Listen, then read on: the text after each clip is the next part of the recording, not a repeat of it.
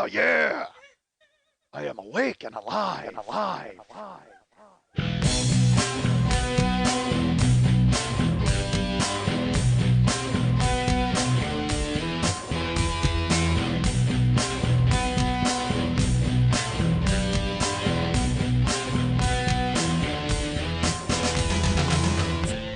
I'm so great I gotta say it twice and cut it out once. My head's a syrup bottle that's getting tipped over every Wednesday. You're a storyteller in a storytelling podcast, and the only story you're telling now is a story about stories you don't want to tell. What the fuck? Hey, what's happening? Mike Schmidt, 40-Year-Old Boy Podcast. How are you, folks? I'm good. I wasn't expecting to start. I was. It was funny because Lily, she said, hey, you ready to go? And I went De Niro on her. I made just that face like that, a little bit like that kind of face.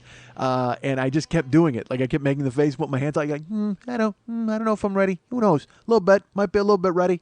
Don't know if I'm ready. And she just said, fuck it, and hit the button and then pointed at me. And then I was silent because I was going to try to wait her out. But then I'm like, well, I got to start the fucking show. See, this is the hard part, folks. You don't understand. This is the hardest part. The hardest part is the waiting, usually. That's what Tom Petty will tell you. But for me, the hardest part is the starting. The starting is the hardest part. You take it on faith. You take it from the heart. All right. The starting is the hardest part, folks. I'm going to quote Tom Petty this entire show. Should I? Let's make it a Petty theme show. Why not? Actually, every show's a Petty theme show, let's be honest. As I bitch and moan about hippies in a garage, Jesus Christ, there could not be a more petty theme than me at my job staring at ne'er-do-wells. And I've got more of that, folks. And I should tell you this, too, folks. I'm not even supposed to be here today, as my friend Randall from Clerks would tell you. This was a clip show. This was not happening, this show. And I think I've threatened that every single week of year 5. I think literally every week of year 5 I've sat and I've said, oh, man, I wasn't even going to come in. I was going to do a clip show.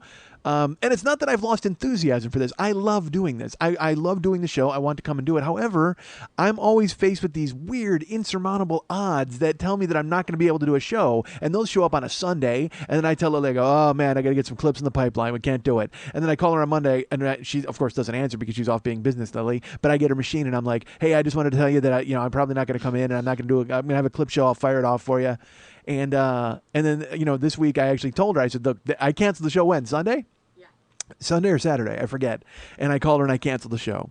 And she's just like, okay. I go, so if you want to make plans for Wednesday, go ahead and make plans for Wednesday. And she's like, all right, thanks. Here we are on Wednesday. I'm glad she did make plans. Because then I also had to call David and I told him, I go, dude, there's no show. Do you have any ideas of what I should do? And he's just like, why is there no show? And it's whatever the fuck, long ass story. So yeah, and so I shouldn't be here now talking to you. I should not. I was not going to come here and do the show because I will be. This is truly honest. All right. I am fucking exhausted, folks. Physically, yes, but I mean, who cares? Everybody in the world is fucking tired. Nobody wants to hear your bullshit about, oh, I'm tired. Fuck that. Everybody in the world who works, anybody who has a job, anybody who don't have a job, if you're a child, if you're out, romping around your big wheel, you're fucking tired. Literally, there are 8-year-olds who get up their big wheel and they're like, oh man, long day pedaling my big wheel. Everybody has a fucking story. Everybody's tired, and you don't want to hear mine. Well, bullshit. Hold on. You do want to hear mine. How funny would that be? If people tune this in like, I don't want to hear your fucking bullshit story. What do you got for me this week? A bullshit story. Why else would you tune in? Who doesn't want to hear my bullshit story? I got news for you, folks. If you're in your house right now and you've got your iPod vagina plugged in and you're listening to my voice, you want to hear my bullshit story. Don't convince yourself you don't. Don't sit there and go, why the fuck am I listening to this bullshit story? You're here because you want to hear this bullshit story. Stand down with your fucking staring contest. I don't need you boring a hole right through my head. I got a bullshit story. Sit down and let me regale you with tales of nothing. Who doesn't want to hear it? You all want to hear it. That's why you're here, for fuck's sake. I got 10,000 people scattered throughout this globe who want to hear me talk.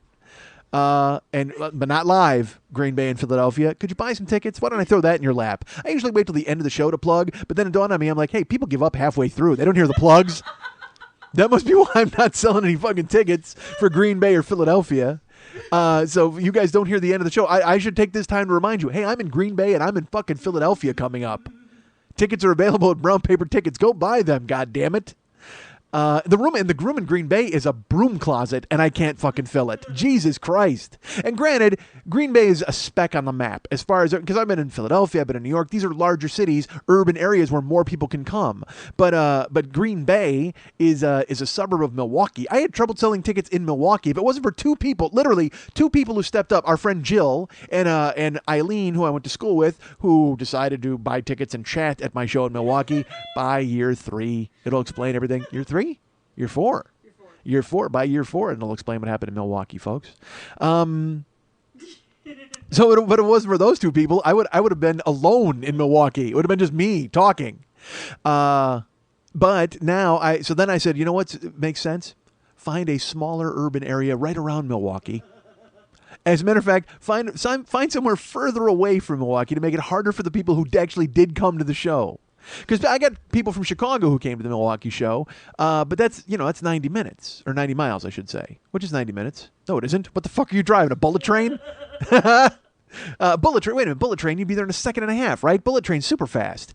What's a super, oh my God, a super train. Maybe you took the super train with Fred Silverman and Greg Evigan.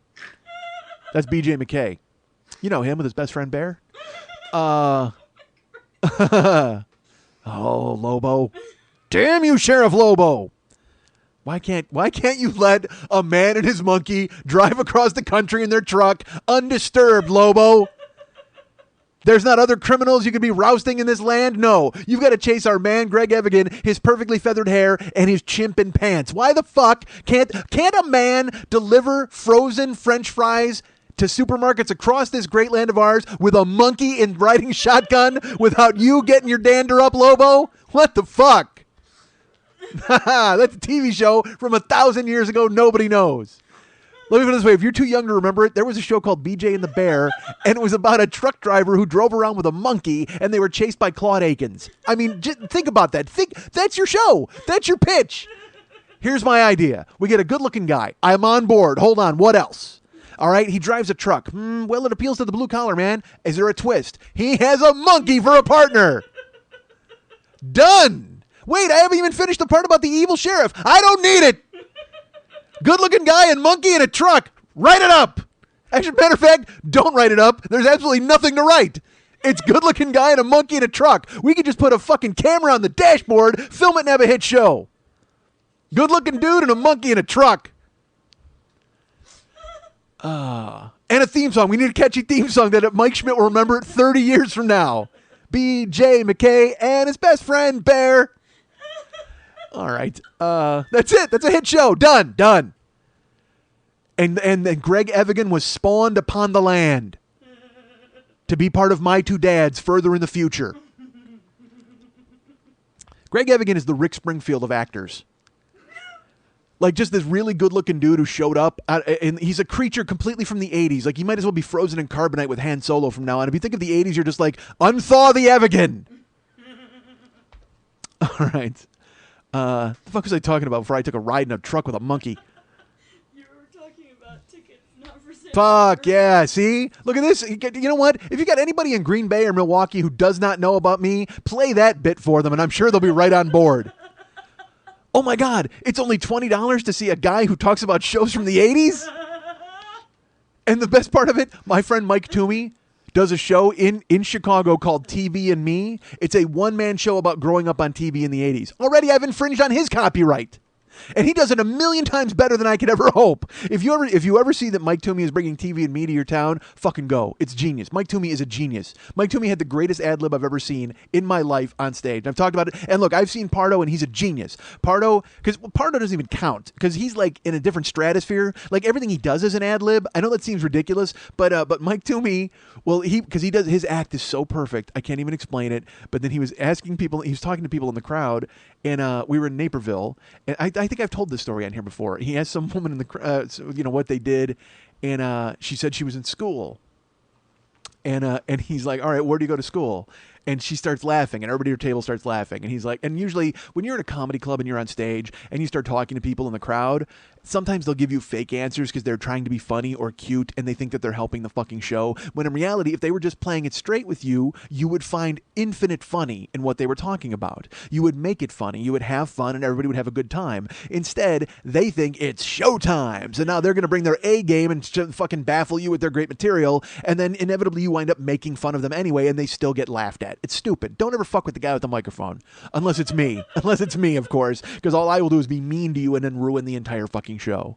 I was talking to Lily. She's like, yeah, you know, it's really hard for performers sometimes. They lash out at the crowd. And I go, yeah, that's me. That's what I was doing. That's why I don't do stand-up anymore. Because I unfortunately didn't have the chops to ride along and have a good time with the crowd. The crowd's like, yay, we're having a good time. And we're just needling you. And I'm like, fuck you, scorched earth. And I'd pull out a flamethrower and burn the whole fucking thing to the ground. And then they're like, in your next act. People, the fucking headliners got tired of sweeping up ash. So I'm off the circuit. Anyway, the fuck was I talking about? I don't remember. She said she was in school. Who was in school? Mike Toomey. All right, so Mike's on stage, and she starts laughing. The whole table starts laughing.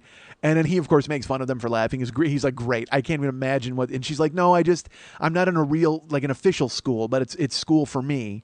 And he says, well, what is it? And she goes, I'm in Hamburger University. That's McDonald's training school for management. They call it Hamburger University, and you have to actually go and take classes. And he looks at her and he goes, Hamburger University? And she says, yeah. And he goes, that's for McDonald's, right? And she goes, yeah. And he goes, oh, that's got to be a tough curriculum. And he crosses his arms. I can't even do it. You'd have to see me do it. And he's pretending to look at a piece of paper with like an anguished face. And he goes, oh, I can't even do it. It's so funny. I was in the back of the room. I think I may have run a lap. I was so excited, like, because this is the most perfect line you could ever say, ever. And I know you're not going to think so. I'm building it up to a crazy thing, but if you were in the room at the time, as a comedian, you don't get to say anything this perfect ever in your life. Mike Toomey, she's like, I'm in Hamburger University, and he goes, that's for McDonald's, right? She goes, yeah, for management. And he goes, that's a tough curriculum. And he crosses his arms and he looks at his hands and he goes, oh no, I can't even do it. He makes this really sad face, all right? And he just goes, oh, no. I'm sorry. I'm building it up too much. It's never going to pay off now. I'm not even going to do the punchline. All right, so anyway. I can't. It won't pay off. It won't pay off. Oh, see, this is what I do. I bring ladies right to the brink. All right, hold on. And then I pull back. I go, no, I couldn't possibly finish that. All right. So Toomey's like, she says, I'm in Hamburger University. And he goes, that's for McDonald's, right? She goes, yeah. And he goes, that's a tough curriculum. Crosses his arms and he looks at his hand and he goes, oh no, I've got the Hamburglar for English.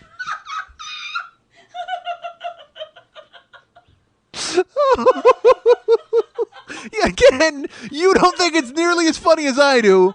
But to be in the room, for him to pull that out of his ass in 10 seconds, that's how much of a genius Mike Toomey is. That's how much of a genius Mike Toomey is. Oh my God.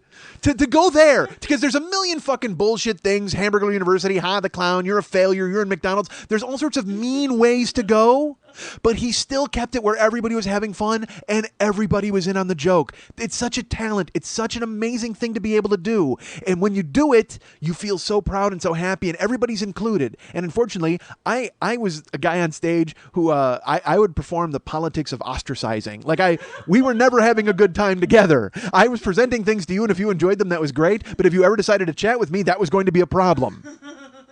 Because I was just scorched earth. I didn't want to fucking deal with it because I looked at it. It was my own fault too. It's just I looked at it as the audience was my enemy. Like I was trying to win them over with laughs, and the longer I could hold them at bay with laughs, the sooner I could get off stage and get a bag of Taco Bell and go to my fucking room. And I don't know why I twisted myself up like that. Because again, such a privilege to tell jokes for a living. Such a privilege to go do comedy. And it doesn't seem like a privilege on the fucking late show Friday night. Or the first show Saturday, it just turns into a fucking zoo. And it's funny, there's millions of comedians, they'll tell you they love first show Saturday, and late show Friday is always the death. There's a famous quote, and I don't remember the comedian. They're like, why aren't you doing comedy anymore? And he just said, late show Friday. That was like his quote. Because the late show Friday is death, because people have worked all day, then they've gone out all night drinking, and then they've come to your late show to be assholes. And it's funny, for me though, first show Saturday was worse than late show Friday. They were all awful. I shouldn't even be the guy to talk to about this because they were all awful for me. And not really. I had a good time when I started to go out with Jimmy or I'd go with Toomey because I could not wait. Let's put it this way. I loved everything about the trip with Toomey. Except the show. I didn't want to do the show. I wanted to get done so I could watch Mike do his show. Same thing with Jimmy. I wanted to finish my show so I could watch Jimmy and laugh and just relax and have a good time. But in that fucking 30 to 40 minute time frame that I was up on stage, or 20 minutes or whatever the fuck they needed me to do, it was I could not wait to get off. And it was so stupid because now that I don't do it, I miss it so terribly. So terribly. But to see Mike, he was so inclusive. That was the thing about Mike Toomey, is he was so inclusive, and he would be so funny all the time. His material was accessible and smart, and you don't find that very often because you work on the road with guys who, they pander. Quite frankly, they're trying to get audiences to like them, so they go to rooms and they try to get people to like them, and they do, they talk about farting and drinking beer and ladies, and they're who's with me and let's get high, all that fucking generic, easy to do bullshit. Okay. And Mike Toomey was doing stuff right out of his life and his childhood that was just fucking brilliantly written, and you couldn't deny it. And it was universal. That was another thing. It was shared universally. I told you, I saw Mike Toomey. He amazed me. We worked at a show in Minnesota. We drove. It was the fucking drive was amazing. So much fun. We get to this casino in Minnesota. We had to do 2 shows. They didn't tell us that it was free admission. Oh, God. And we did our first show. They didn't turn the room over. So there's 2 shows, same crowd. Like that, we come back for the second show, nobody left. Because they're playing video poker and sitting there drinking. They're not. It's a lounge in a fucking casino. It's not a club. It's free admission. Anybody can come and go as they please. So people would come in for the first show, then they sat there, and then the show ended. Mike and I are in the back, and I realized nobody has left. Like there's no new crowd, and I have to go back out there and do 30 minutes for these people who I've just done my 30 minutes for. And I looked at Mike. I go, what the fuck? I don't know what I'm going to do here. He goes, do whatever you want. I go, I understand that, but I've done a lot of my material. I go, I have other stuff that's topical, but I don't think they're going to like topical. He goes, I don't care. Just be funny. You'll be fine. You know you're going to be fine. You're funny. Be funny. Be you from the car. Just be funny. Like he was so encouraging and nice. And I go, well, I might have to talk to people. I mean, and he goes, I don't care. He goes, I'll be fine. Don't worry, because you don't, as a feature act, you don't want to work the crowd. Because that means you take bullets out of the headliner's gun, and people are there to see the headliner, ostensibly. He's the main guy, so you don't want to fuck with him. You do it. I never let a headliner bully me, but at the same time, I never really had a lot of premises that went against the headliners, because when you're working on the road with headliners, a lot of them, like I said, are pandering, and I did not. I worked at the top of my intelligence, and look, that doesn't make me good or great or anything, because if you watched old tapes of me, I suck just like everybody else. You know what I mean? Seriously, I'm not this king of comics or anything like that, or I wasn't the shining beacon in the night on the road, the one guy who was changing everything. No, I'm the guy who's now doing a show in a stripper's kitchen because I couldn't fucking hack it. All right, that's me. But I would go on the road and I would do my thing, but it wouldn't really coincide with a lot of what the headliners were doing. And then when I started to work exclusively with Jimmy Pardo, with Mike Toomey, guys like that, they knew my act and it meshed with theirs and everything was fine, so I didn't have to worry about what I did. But, Mike Toomey, I didn't want to work the crowd because I didn't want to make it tough for him. So I'm like, dude, I don't want to work the crowd because that means you can't do it. He goes, do whatever you need to do. So I went out on stage, and I don't know how I did it. I stitched together 30 minutes of material, some from the previous show, and then making fun of myself for doing material from the previous show, finding people who were there and talking to them, and I loosened up. I was me because Mike allowed me to go out and do whatever I wanted to do, talk to the crowd, do whatever I wanted to do. And I finished, and I walked off stage, and I felt really accomplished as a comedian. I felt like I had actually done something. And I walked off, and it was a milestone for me to be able to do the same show and get laughs for 2 different, or the same crowd twice. It really was something for me to do that I never thought I'd be able to do. I never even considered the situation. And I walked off stage, and Mike was like, great job. And I was like, thanks. And then I watched Mike Toomey go out and do a completely different 50-minute set from what he had done at the earlier show. That's why he didn't fucking care. Because he's a fucking amazing comedian who was going to do whatever he could do, and he knew, and literally he did a completely different 50-minute set. Even went over, like, he could have cut it short. He could have done 40. We could have done whatever we wanted and gone to the fucking room and laughed. But he did 50 minutes and killed. That was the thing. They had seen him already that night do a headlining set. He came out and did a completely different headlining set for the same people and crushed it. That's Mike Toomey. Go see him. He's fucking genius. How the fuck did I get there? How did I get the mic? I'm not even supposed to be here, folks, right? This is supposed to be a fucking clip show. As a matter of fact, I think I've told these stories before, so this technically is a clip show. It's the clip where I can't stop raving about Mike Toomey, and I've told this story, I went to a comedy club when I was 18. I told that story, right? In Chicago. I'm sorry, it's a clip show. It's like a weird clip show. Like I'm doing clips of clips. When I was 18 years old, was I 18? Let's see, 67, 70, 85. Yeah, 18. I was working at a grocery store. Which is a story I'll tell you someday. But there was a girl who was a checker. Her name was Chris Gannon. And I was trying to bang her. I told this story on here. And she was like, hey, you want to go to a comedy club with me? Like out of the blue. Like, because I was always nice to her and friendly with her at work. And then she asked me, you want to go to... She was dating this guy. I forget his name. Was it Doug? I don't know if it was Doug. But she's like, hey, you want to go to a comedy club with me? And I was like, what? Yeah. And then she wrote down her name and address. I still have it on a brown paper bag from work. Her name and address. And yeah, and she had to pick me up because I didn't drive because I was a fucking loser. And so she picked me up because she was older. She was probably 24. And I had just turned 18. I might have been 17. And we went to a comedy club called Who's On First. And we went and saw it. And there was a comedian who came out and was fucking amazing. I couldn't believe this guy. I was 17 years old. And I'm like, this guy, because I loved comedy at the time. I loved Letterman and guys like that. But I was watching it and he was astonishing to me. I'm like, and he was really funny. And then 10 years later, I was in a car with Toomey. We were driving to North Dakota to go to work, and he was famous. Once I get to know Mike, we got to be friends. And then he was famous for being able to do imitations of famous Chicago comedians. There was this MC, this guy named Orlando Reyes, and he was this big black guy with a huge afro. And Mike could do his voice spot on. Mike's a great mimic, and he does really good impressions. You know what? Mike did Cesar Romero as the Joker, and he almost killed John DeCosta. I told we'll play it. I actually have him doing a bumper from the show coming up later. It was that when you hear this, it's Cesar Romero as the Joker. It's Mike Toomey, and you know what? He also does Bruce Wayne. He does Adam West as Batman. Fuck it, we'll play them both. I don't care. But Mike can do amazing voices. So in the car, he was doing Chicago comics voices, and I said to him, I go, hey, you know what? I got to ask you a question. There's a comic that I saw when I was a kid. I was 18, 17. In a club, and he did Brian Keith. Nobody does Brian Keith, and he did an impression of him from Family Affair, and I started to describe it, and Mike's just looking at me, and I finished, and I go, who's that? And he goes, that was me. 11 years later, I'm in the car with the guy who made me want to do stand-up comedy. Amazing. So that's Mike. Still is a guy who makes me want to do stand-up comedy, because I'm jealous when I see him on Facebook, and he's off doing, because he does TV and me, everywhere, but then he also thank God he got in with the WGN Morning News in Chicago, and he does characters on there. He does Adam West. He does a sports character, and it's fucking genius. It's a character named Skip Parker, and he uses these old blazers that they had on in the 70s. He basically does a sports guy from the 70s, and it's just fucking great stuff. So, and he does tons of sketches. It's about time. It's about fucking time. He should be on all the. He should be.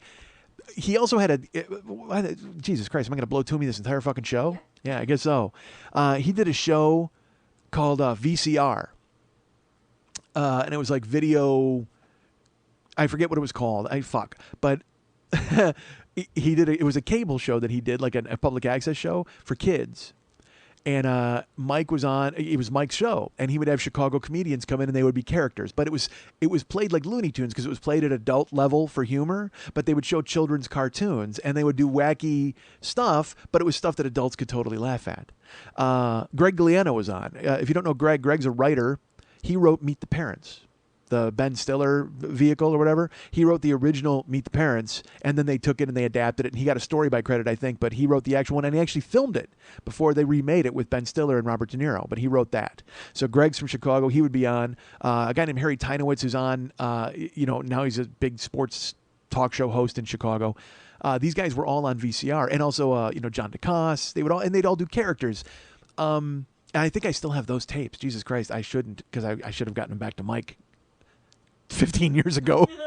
I'll have to look for them. I might have those. I have to tell you this, or again, you're not going to care. This will not. Please bear with me as I stroll down memory lane in my truck with my monkey. He had a sketch, and he made up a guy named I don't remember. You know what it was? It was a detective sketch, and it was Harry Teinowitz was in it, okay? And it was one of those things where he was a gumshoe like Dick. It was Nick Tracy. That's exactly what it was. It was Nick Tracy like Dick Tracy.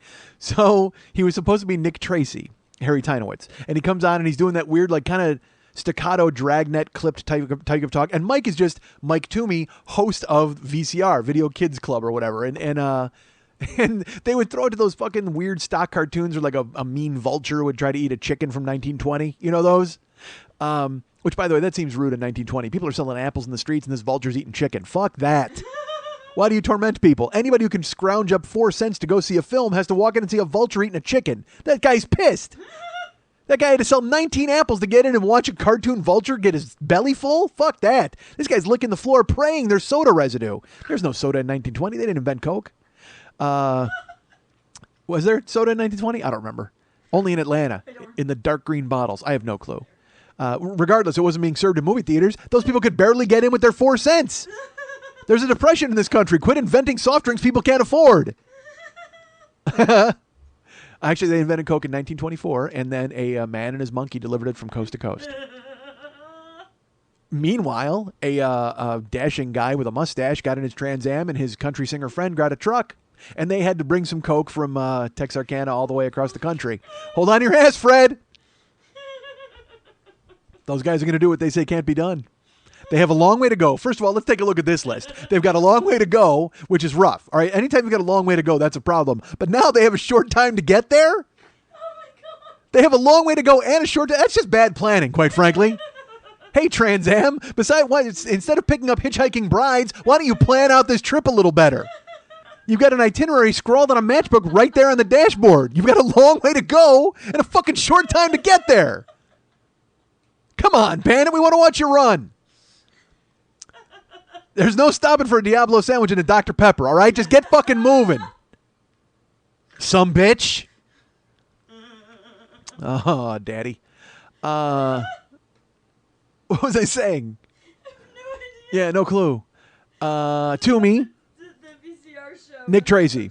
Nick Tracy was a character, and it was Tynowitz, and he comes in and he's doing this really clipped speaking, dragnet staccato, and he's talking to Mike Toomey, and he's like, and he's talking, and they're having an exchange, and Mike Toomey says, "What was your name again?" or something. I forget how it came up, and he says, "I'm Nick Leva." Instead of Nick Tracy, he says, "I'm Nick Leva," and there's a beat, and this is, again, it's a public access thing, but it wasn't live. It was whatever. And this isn't funny. Who cares? It's funny to me because you have to see it. Because Tynowitz goes, "Nick Leva," and there's a beat, and Mike Toomey goes, "Nick Leva, the manager of the Phillies?" Because at the time, the manager of the Philadelphia Phillies was Nick Leva. Now, he's supposed to be Nick Tracy, but for some reason, he's got the name of the Phillies manager. So he goes, it's so great because Toomey just plays it up. He goes, "Nick Leva, the manager of the Phillies?" And Tynowitz goes, again, I won't do it justice because you can't see my face, but his face gets big and he's trying not to laugh. And he goes, "He's also," because he's trying to do his line, but he wants to laugh. And he literally goes, "He's also," like he's trying to stop from fucking rolling out a huge laugh. And then, and because of it, they wrote a character called Nick Leva, the baseball detective. So Nick Leva would talk just like Nick Tracy, but he would show up at Baseball Diamonds and he would investigate guys stealing second. Because again, it's a show for kids, but also for adults. God damn it, it was fucking genius. Find it, folks. Go to your cable access channel and pray it comes on. Pray that somehow I deliver the tapes to your local cable access channel and they show you these VCR shows because they're astonishingly good. Wow, where are we at? Jesus. I'm not even supposed to be here. You know what? It's supposed to be a short show, folks. God damn it. I told you. I'm exhausted. I'm exhausted. And not the regular exhausted that you usually get out of me. Not the, hey, I sleep all, in the daytime, but not really because I can't sleep because it's hot and it's light outside and all that bullshit because I work all night because I have a graveyard job because I'm a failure. Not that kind of fucking exhausted. Although that doesn't help. All right, look, I told you about work last week, and I don't know if you care about the saga. I work in a fucking graveyard job, whatever the fuck. You care, everybody cares. So, this happened last night. I'm at work, and my wife is coming over to join me. All right, we're having a little picnic there in the office, and also we had to stay out a certain whatever. I'll get to that in a fucking minute. But so we were out, and then she was gonna go. She couldn't go back to the apartment until like 11 o'clock.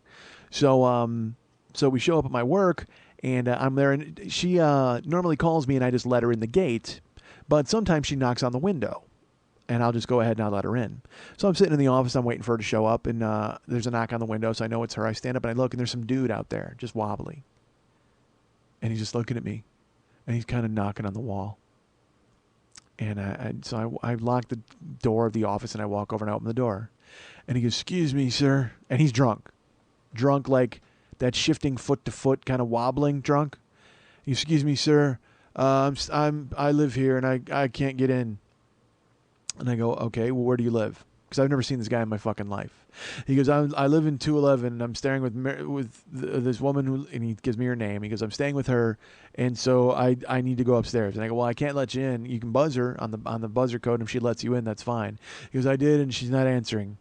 And I go, "Okay, well, I mean, I can't let you in the building unless someone lets you in. You know, you need." And he goes, "I live here. I'm telling you, I'm staying with her." And I go, "I understand that. Do you have her cell number?"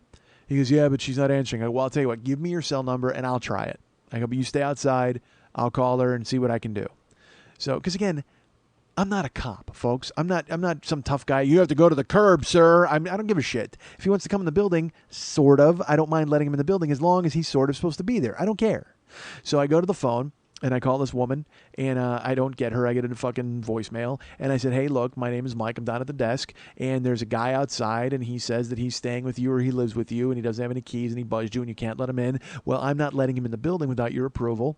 Just want you to know, I mean, I'm happy to walk him upstairs if that's what you want, but I will not let him in unless you call me to approve it." So I hang up the phone, I go over to the door, and I open it, and he just goes to walk by me and walk in the building. I go, "Hold on." I go, "I called her, and she didn't answer, so I can't let you in the building unless she's here," which she's not. And he goes, "Then call the owner." And he gives me the owner's name. Because let's put it this way, if he would have said call the owner, I wouldn't give a fuck. Fuck you, I'm not calling the owner. But he knew the owner's name. And he goes, "Call the owner," because he knows that I'm here and that I'm staying with her, and I talked to him, and he's supposed to get me a key, but he didn't get me a key yet. And I should tell you, he's not talking that quickly. He's drunk, so he's like slurring his words. His mouth is a fucking 4-car pileup. So he's trying to tell you, he's like, "Yeah, it's the owner and his keys. We're supposed to get a keys, but I don't get a keys." And I will tell you this, something I know about the owner of that building, he's not exactly timely in repairs or doing things like that. I can't say repairs, but people will come to me in the middle of the night and ask things, and they'll be like, "Dude, all right, fuck, let's talk about this for a second." I think I told you the story. There was a woman who couldn't wait to use my bathroom. I told you that story, right? She kept asking where I went to the bathroom, like this weird like fetish, like, and I'm not going to get into that. All right, so anyway, I can't say, you know why? Because there are people who listen to the show who live in the building, and if I start giving distinguishing characteristics about people, they're going to know who the fuck I'm talking about. I'm already worried about last week with the fucking skinny dipper. Everybody's going to know who the fuck it was if I mention his accent. Anyway, so this woman who constantly wants to use my bathroom, well, she will always come in, and she'll say hi to me. She's very friendly. But they're late. She's late. Her and her husband are late people, so they'll show up at like 1 or 2 in the morning, and they'll have groceries. Like they'll get a shopping cart and it's loud, and I'll always say, "Hey, do you want some help?" And they always are very nice in saying no. But then she'll come home alone sometimes and go, "Yeah, I do." So I will help her up to her apartment with whatever the fuck she comes home with. One time it was like, and this is not a joke. I swear to God, this is true. She had cinder blocks. She's like, "Yeah, I need help," and she opens her trunk and it's full of cinder blocks. I'm like, Did you murder your husband and you're going to weight the body down? What the fuck? So we actually had to carry cinder blocks up to our apartment. So I've been that guy. So they got home the other day at like 2 in the morning. And she comes into the office and she's like, "Hi," and with her husband. And he's a nice guy and they're both very friendly. And she goes, "Hey, I wanted to ask you something. You know, I wanted to talk to you, you know, about this something. And but I wanted to," and she's like hemming and hawing and stuff, and I'm sitting there looking at her. She goes, "Yeah, well, I don't know, but you're here, in the nighttime, and then I don't know about the daytime, but I want to talk." And I looked at her and I go, "Unless you're going to ask me to hide a body, you can go ahead and spit it out." Because it was really getting into be like strangers on a train territory, you know what I mean? Where she's feeling me out to see if I'm okay with murder. Like it was that weird thing. Like, "I don't know anything about you. I don't know what you do during the day, but because she's like, "What do you do for your schedule during the day? Do you sleep?" And whenever anybody starts doing that shit, you know they've got something in the pipeline. The fucking owner of the building, I told that story. He wants me to. Did I tell you he wants me to help build shit? Did I talk about that? He wants me to help with maintenance and stuff. And then he's got me the other morning, dude. All right, he did this like a month ago. He comes out downstairs. He was like, "Hey, I need your help." And I'm like, "What is it?" And he goes, "Come on outside." And I go outside, and he goes, "There's a mattress that we got to get rid of." And I'm like, dude, I don't want to be carrying shit outside. I sit at the desk. That's what I do. I'm the last barrier before a drunk guy goes upstairs and murders everyone. That's who I am. I'm not a fucking moving van. But instead, I went outside and I tried to be nice. And he's like, yeah, there's this mattress. And it turns out someone had dumped a mattress on the lawn. You know what I mean? It wasn't even on the curb. It was like right on the grass of the building. So he's like, yeah, we can't have that here. So I picked it up and I was going to lift it myself. So I picked it up and I went to put it on my back and carry it. You know what I mean? I went to throw it on my back and he's like, oh, I can help you. But he's been sick. And I go, I don't want to make you do it. So I started to walk and he's like, and he insisted because then it was like I was devaluing him as a man. So he's like, I didn't call you out here to do it yourself. That's fine. I can help. So then I took it off my back and we put it down and we had to walk it all the way around the building, all the way to the other curb. And we had to put it down. This fucking horrible stained shitty mattress that someone had left. And it's just like, ugh, awful. But I don't care. You know what I mean? I wear shitty clothes to work. I don't care. That's because nobody's going to see me. The thing that drives me crazy is when people see me in the middle of the night, because whenever anything does happen in my head, I immediately go, oh, my hair. It's so stupid because I'm wearing ripped clothes and my hair's all fucked up because I don't give a shit. It's fucking, nobody's going to see me at night. But then whenever everything hits the fan and I got to talk to like 5 people, I'm like, God damn it, I wish I had a comb. For no reason. So then I'm carrying this shitty mattress on my back like a fucking hunchback idiot. And then, whatever, who cares? So this girl comes in and she's like, oh, yeah, during the day, I don't know what you do. And then I'm like, oh, fuck, wait, spit it out. And she's like, so do you know anybody with a truck? So now she's gone from feeling me out to see what I have to do during the day to now involving my friends who she's never met. This woman doesn't know my name. Like she knows my name is Mike, I think, but she doesn't know my last name, certainly. She doesn't know where I live. She doesn't know a fucking thing about me except for to exchange pleasantries and where I go to the bathroom at the fucking building. She knows where I take a piss. That's it. That's all she knows about me. But she's like, do you have a friend who owns a truck? No, I go, I don't. And she's like, oh, well, your car's kind of big, right? And they see my car, and I go, yeah, I guess so. I go, what is it? What is it? And it's funny, her husband is there, and he has no business he walked away. Like he's looking at the mailboxes, and he's looking outside. Like he's so uncomfortable with it, he doesn't even want to stand next to her while she does it. And then she drops the bomb. She's like, well, I just went to the doctor today, and I have an ulcer. Like a really bad ulcer. And I'm like, oh my God, that's awful. She's like, yeah, so we have to go tomorrow to Orange County. We have to pick up a refrigerator and headboard and coffee table. And we were wondering if you would go with us. And it's so I almost picture her husband, like he's looking at her like, who said we? I don't recall any we. You want him to go. Because he's completely backed away from the situation. And I looked at her and I it was so funny. It was all I could do to just go, absolutely not. I wanted to just to be funny. But I just went, oh man. I go, no. I go, I don't have a truck and my car's not big enough for a fridge. And I also have some other things of my own that I have to do tomorrow, which I'll get to in a minute here, folks. I said, yeah, I have my own thing going on tomorrow. But it just seems so weird and out of the blue that you would exchange pleasantries with me periodically, a couple times a week, and that immediately elevates me to not only helping you move status, but driving 45 miles for the privilege and then helping you move status. That's like, look, I don't even want to help you move a fucking retaining wall from your trunk upstairs so you can reassemble it for God knows whatever reason. I don't know what bunker you're building in your fucking second floor apartment that you need cinder blocks. Good for you. But holy fucking shit. How do we get from me helping you up whatever flights of stairs to me getting into a car, and first of all, enlisting a friend? That's the thing. I'm supposed to call a buddy of mine. Hey, dude, what are you doing tomorrow? You want to drive to Orange County with strangers? What the fuck? And pick up a fridge? Jesus Christ, it just made no sense. And there wasn't even like the precursor of, hey man, I'll buy you chicken or pizza or, people, because that's always the lure, you know what I mean? There's always like a box set up with a stick underneath it and a bucket of chicken. And when you go to eat a fucking chicken thigh, it closes on you and all of a sudden you got to help somebody carry a bed. It's fucked up. But there wasn't even a chicken trap. There was just like, hey man, come and drive me to the fucking Orange County. He was like, what? And look, they're nice people, but I was just like, no, I can't. And they're like, and she's like, really? Really? You're reinforcing it by going, really? You know what? You've convinced me. Actually, by the tone of your voice, by you saying really, I'm absolutely on board with helping strangers move a heavy object 100 miles from my house. Give me a fucking break. That's whatever. I'm not. I mean, I guess I am just a fucking slug there. Anyway, getting back to this idiot last night. So he's like, call the owner. And I'm like, dude, and he goes, no, call the owner. He's supposed to give me a key. And he's like, he's all slurring. And I'm like, all right, you got to stay out here. I'll call him. So I close the door. Now, I should tell you this. Well, you guys know this already. The owner likes to chat with me. Sometimes for hours on end. Like, he won't stop. Nice man. Lonely man. By the way, remember Nice Man, Lonely Man with Peter O'Toole and Richard Chamberlain? Fantastic miniseries. Nice Man, Lonely Man. All right. So I don't want to call him.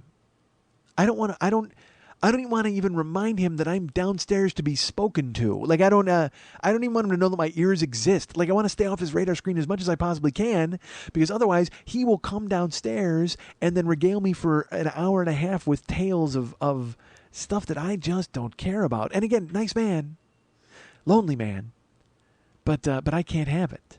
But now I have to call him. So I go into the office, I dial him up, and he answers the phone, and he knows it's me because the name goes on the television screen. And he's like, Mike? I said, hey. I said, look, I have a question. And he goes, hold on, let me turn the TV down. So I can hear the TV blaring. So then the funny part is he takes his whatever he does, and he's like, all right. The volume didn't change at all. I mean, I don't know what he did, but I'm still hearing the same fucking volume level coming out of the goddamn phone. But for him, I guess it was acceptable. Maybe what if it was on like 40 and he picked up the remote and he just went to 39, like one tick. All right, let's talk. So I said, hey, look, I have a thing down here. I hate bothering you. You know that. He goes, what's up? I said, there's a guy down here who claims that he lives here or he's staying with somebody in the building, but he doesn't have keys and he wants me to let him into the building.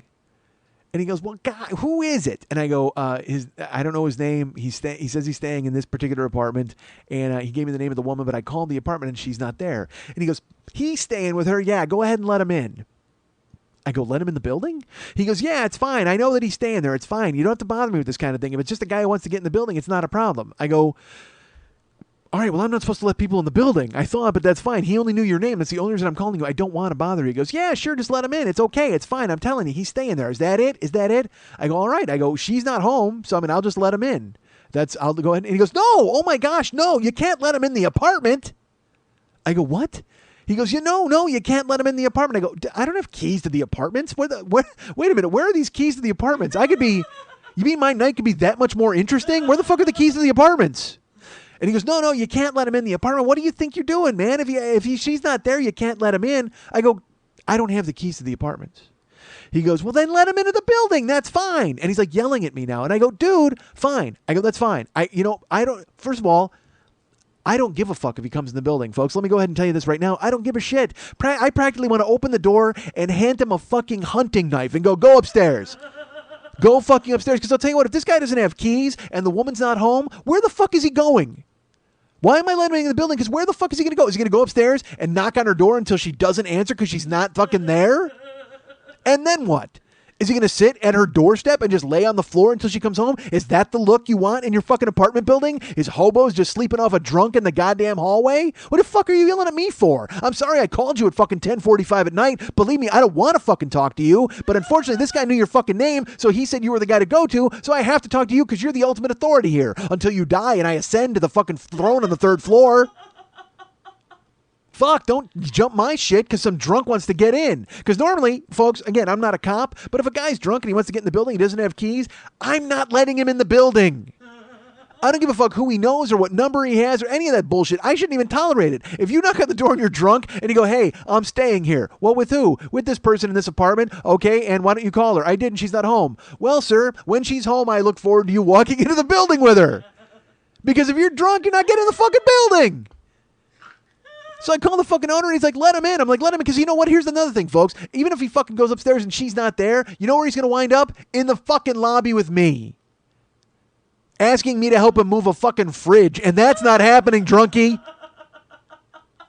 You better buy a fucking portable cooler for your fucking booze because I am not helping you move a fridge up to your non-existent fucking apartment. God damn it. So I fucking let him in. I didn't give a shit because literally at that point, the owner said let him in. Go ahead. I don't care if you spray paint the fucking hallways. You're not my responsibility anymore. God damn it. I'm just a turnkey. I hate being a turnkey, folks. I need cop powers and a gun. That's what I need. And I don't want them because I don't want to be there. I don't want that much fucking responsibility. But Jesus Christ, if I'm the last guy, if I'm the first guy they see and the last guy they want to deal with, then I should have some sort of authority, right? Fuck. This is the 40-year-old boy and the Mike Schmidt. Citizens of Gotham City, this is the Joker, coming to you through your key station via my high-powered jamming system. You're listening to the 40-year-old dum-dum on the stupid podcast, Stupid Network.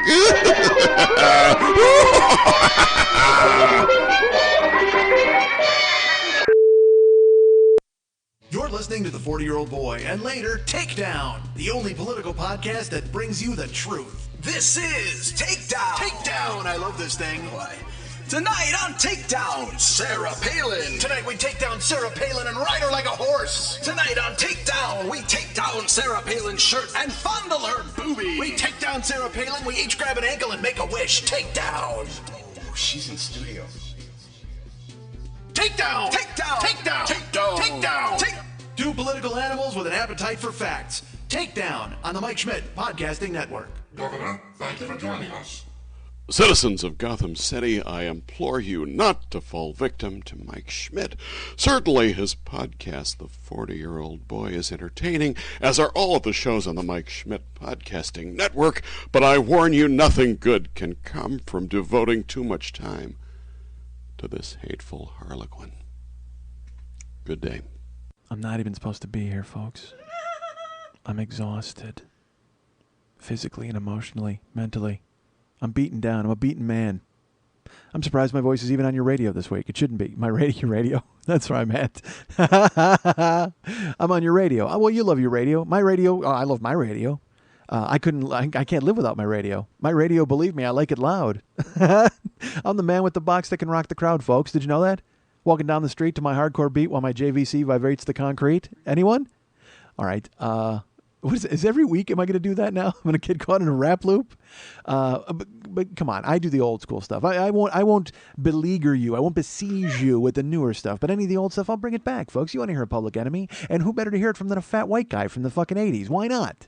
If you want to hear LL Cool J, why would you listen to LL Cool J when you could listen to me? Go ahead and bite his style and bring you those rhymes. That's what I do, folks. Be on the lookout for a tall, light-skinned brother with dimples. All right, so. No rapper can rap it quite like he can. He takes a muscle bound man and puts his face in the sand. Not the last mafioso. He was an MC Cop. Makes you say, go LL and do the WAP. All right, never mind. So, although I will tell you this, fucking LL Cool J, amazing. Love him. Seen him live twice. My buddy and I, Dennis Eggenberg. I don't want to say his full name. Fuck it, who cares? My buddy Dennis. I haven't seen him in forever. He can't be mad. This is a good story.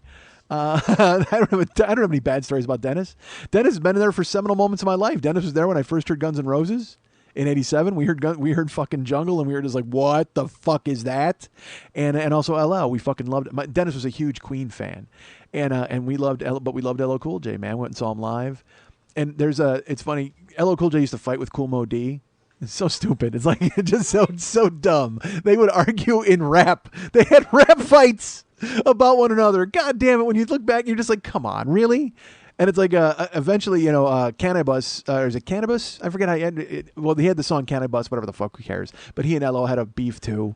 But I love rap beefs. We should have podcast beefs. That's what we should do. Podcasters should fight with one another on the fucking airwaves. But the problem is, I'm not on the level of any of the good podcasts. Well, that sounds awful. I shouldn't say it like that. Let's put it like the famous podcasts. They don't know who the fuck I am. So I'm just like I'm the little dog that sit there yankles yapping if I called them out and had like a big podcast beef. And none of them would fucking acknowledge me. So it's just me running my head into the wall over and over. God damn it. Not like LL and Kool Moe Dee. They went at it. LL Cool J, he buried Cool Mo D on, which song was it? Was it Jack the Ripper? Was that the first one? God damn it, awesome. But here's the thing. LL Cool J I'm a huge fan, and Cool Mo D, some fantastic songs, no doubt. But clearly to me, in the rap battle of Jack the Ripper versus Let's Go, because Cool Mo D then put out a song called Let's Go, which is all about LL Cool J. Cool Mo D destroyed him. I mean, destroyed him. But it doesn't matter because LL Cool J was the one who became famous and made all the money. And everybody heard Jack the Ripper was like, oh, dude, he fucking schooled Cool Mo D. But then, Cool Mo D put out fucking Let's Go, and it destroys LL Cool J. I mean, it is just a devastation. But it doesn't matter because LL was huge at that point and selling records. So Cool Mo D was me. He was the little dog yapping at fucking LL's ankles, and that's me. I'm the little dog yapping at fucking Adam Carolla's ankles, whoever the fuck the big podcast is. But I'm not starting beef. Look, we can all get along, right, folks? I don't need fucking five guys, Bald Brian and Allison Rose, to climb out a car and shoot me at an ATM in New York. I don't want that to fucking happen. The Corolla sets a spray down on me? God damn it. That'd be awful. Love line, fool! Just laying there in a pile of blood. But I would survive, folks. And then eventually somebody would shoot me in Vegas. The Comedy Bang Bang people would send people. Perfectly. There you go. That's who ends it. Comedy Bang Bang gets me in Vegas. Of course, they get me with Comedy Bang Bang Bang Bang Bang Bang Bang. It's going to take that many shots to drop me, folks. It's not going to just take 2 shots to drop me. We're going to go bang, bang, bang, bang, bang, bang, bang. That's 7 shots. 7 shots to the dome. That's right. I think it's another. Isn't that an LL album too? In Jack the Ripper, there's this great line where he's rapping, and it was one of those things where Dennis and I were trying to figure out the lyrics for the first time we heard it, and there was stuff, he had stuff in there about Cool Mo D and stuff, and it was okay, it was good, but the line that we loved was, he says, check out the way I say my, display my, play my, J on my back behind the cool without the AY. Oh my God, I have goosebumps now, for fuck's sake. What, you don't. What does that mean? His name's LL Cool J, but it was just a J with a period. So he's got it on the back. Yeah, check out the way I say my, display my, play my, J on my back behind the cool without the AY. I'm like, oh my God. It was like high-fiving, running in circles, like fucking loved it. God damn it, it was awesome. You can make a face all you want, but it was fucking awesome. That's cool shit. When you hear a fucking rap lyric and you're like, yeah. It's like, dude, listen to fucking Microphone Fiend. Are you joking me? If you listen to fucking Eric B. and Rakim, you'll never be the same. You will never be the same person for the rest of your life. Go listen to fucking Microphone Fiend. Holy shit. All right. By the way, I am now I'm encased in amber. You know what I mean? Like you know what? I'm gonna make Mike Toomey has TV in me. I'm gonna make Mike Schmidt's rap in me, and it's gonna be all about fucking rap from the '80s. It's just gonna be me and Q-Tip. I'm gonna have Q-Tip on my show, and we'll just do stuff from Tribe Called Quest. All right, so. Oh, you know what? I can't do it. I left my wallet in El Segundo. All right, so, folks, come on. I don't think that's '80s. It's more '90s. All right, so, folks, she keeps on passing me by. That's the Far Side. God damn it. Caught in a rap loop. All right. Check out the way I say my, display my, play my, J on my back behind the cool without the AY. High five. Drop the mic. Leave. I need that moment. I need a J on my back behind the cool without the AY moment, and I don't have it. I'll never have it. I say too many words. I have to have some sort of clean soundbite that's perfect, and I can't. All I'm doing is talking in circles. And inevitably, it's going to be comedy bang, bang, bang, bang, bang, bang, bang. Just lying in a lifeless husk. As Jay Moore from Fake Mustache Productions goes, yeah, bitch, and stands over me. Famous people with podcasts. All right, so, folks. You know what? It's weird. Famous people who start podcasts versus guys who have podcasts who are hoping to become famous from them. I got news for you. Famous people with podcasts, certainly a leg up in that atmosphere. That's what I'm going to say. As seeing it distinctly from the other side of the glass with my face pressed against it. You know who I am? I'm Dan Aykroyd in fucking Trading Places. Face pressed against the window, watching rich people eat and seeing Billy Ray Valentine in there with his fucking podcast and the rich people. And I used to have that goddamn podcast. Now I'm out on the street. Or actually, you know who I am? I'm more like Rick Moranis. I'm Rick Moranis in Ghostbusters with my face looking through the window and everybody stops and looks at me. For a second, I get attention. And then, of course, I can't handle that attention. And I run off into the night. All right. Because I'm being chased by a monster, as you all know. I woke up with a monster. That's Cheap Trick, not rap. I need a filter, right? Probably, wouldn't that? Yeah, I should just stop because I will. If I say a snippet or anything of a lyric, I immediately just will go right into that. But I think that's part of the charm of the show. I couldn't even get it out with a straight face. That's part of the charm of the show, is that I won't shut the fuck up, and I say anything that comes into my fucking head. Holy shit. That's not charming at all. That's awful. That's what a child does. Children talk in circles until inevitably they pass out from fucking exhaustion and they nap at your feet. That's what the show should end with. Every show should be I should talk in circles until I finally just fall asleep on the floor. And then you put a cover on me and just hit stop. God damn it. I love that plan. All right. Any plan that ends with me sleeping is a perfect plan. By the way, if you want to organize a bank heist or if you want to kidnap somebody and you want to involve me, as long as it ends with me getting a nap, I am in. I am in it to the hilt, whatever you need from me. Folks, I'm exhausted. Have I mentioned that? I am so gassed, tired, mentally, physically. It's trying times in the House of Schmidt, folks. Which sounds weird, which sounds like I should have a castle of some sort, but I do not. But still, trying times in the House of Schmidt. I hesitated to do this. All right, like I said, I wasn't going to do a show this week because I didn't even want to bring this to you. I didn't want to dump this in your lap. I didn't want to have you guys living with this because it's tough enough for me to live with this. All right. And I didn't want to bring you in on it because it just seems a bit much. And this is going to be weird. All right. I'm going to tell you that right now because I'm pretty uncomfortable about this, but I have to tell you because what the hell? Because you know why? Because people started to tell me that I should. Because this was not going to be for you or your ears. And again, I'm certainly building this up way too much. But maybe not. To me, it's a big deal. Maybe not to you. But to me, so a couple of, I'd say a month ago, I was at home. And, Karen, she's working at her temp gig and stuff like that. I would see her periodically. And we have a rogue spider in my house. I know that sounds ridiculous, but my wife, because she goes out to the pool every day and she smokes because she can't smoke in the house anymore.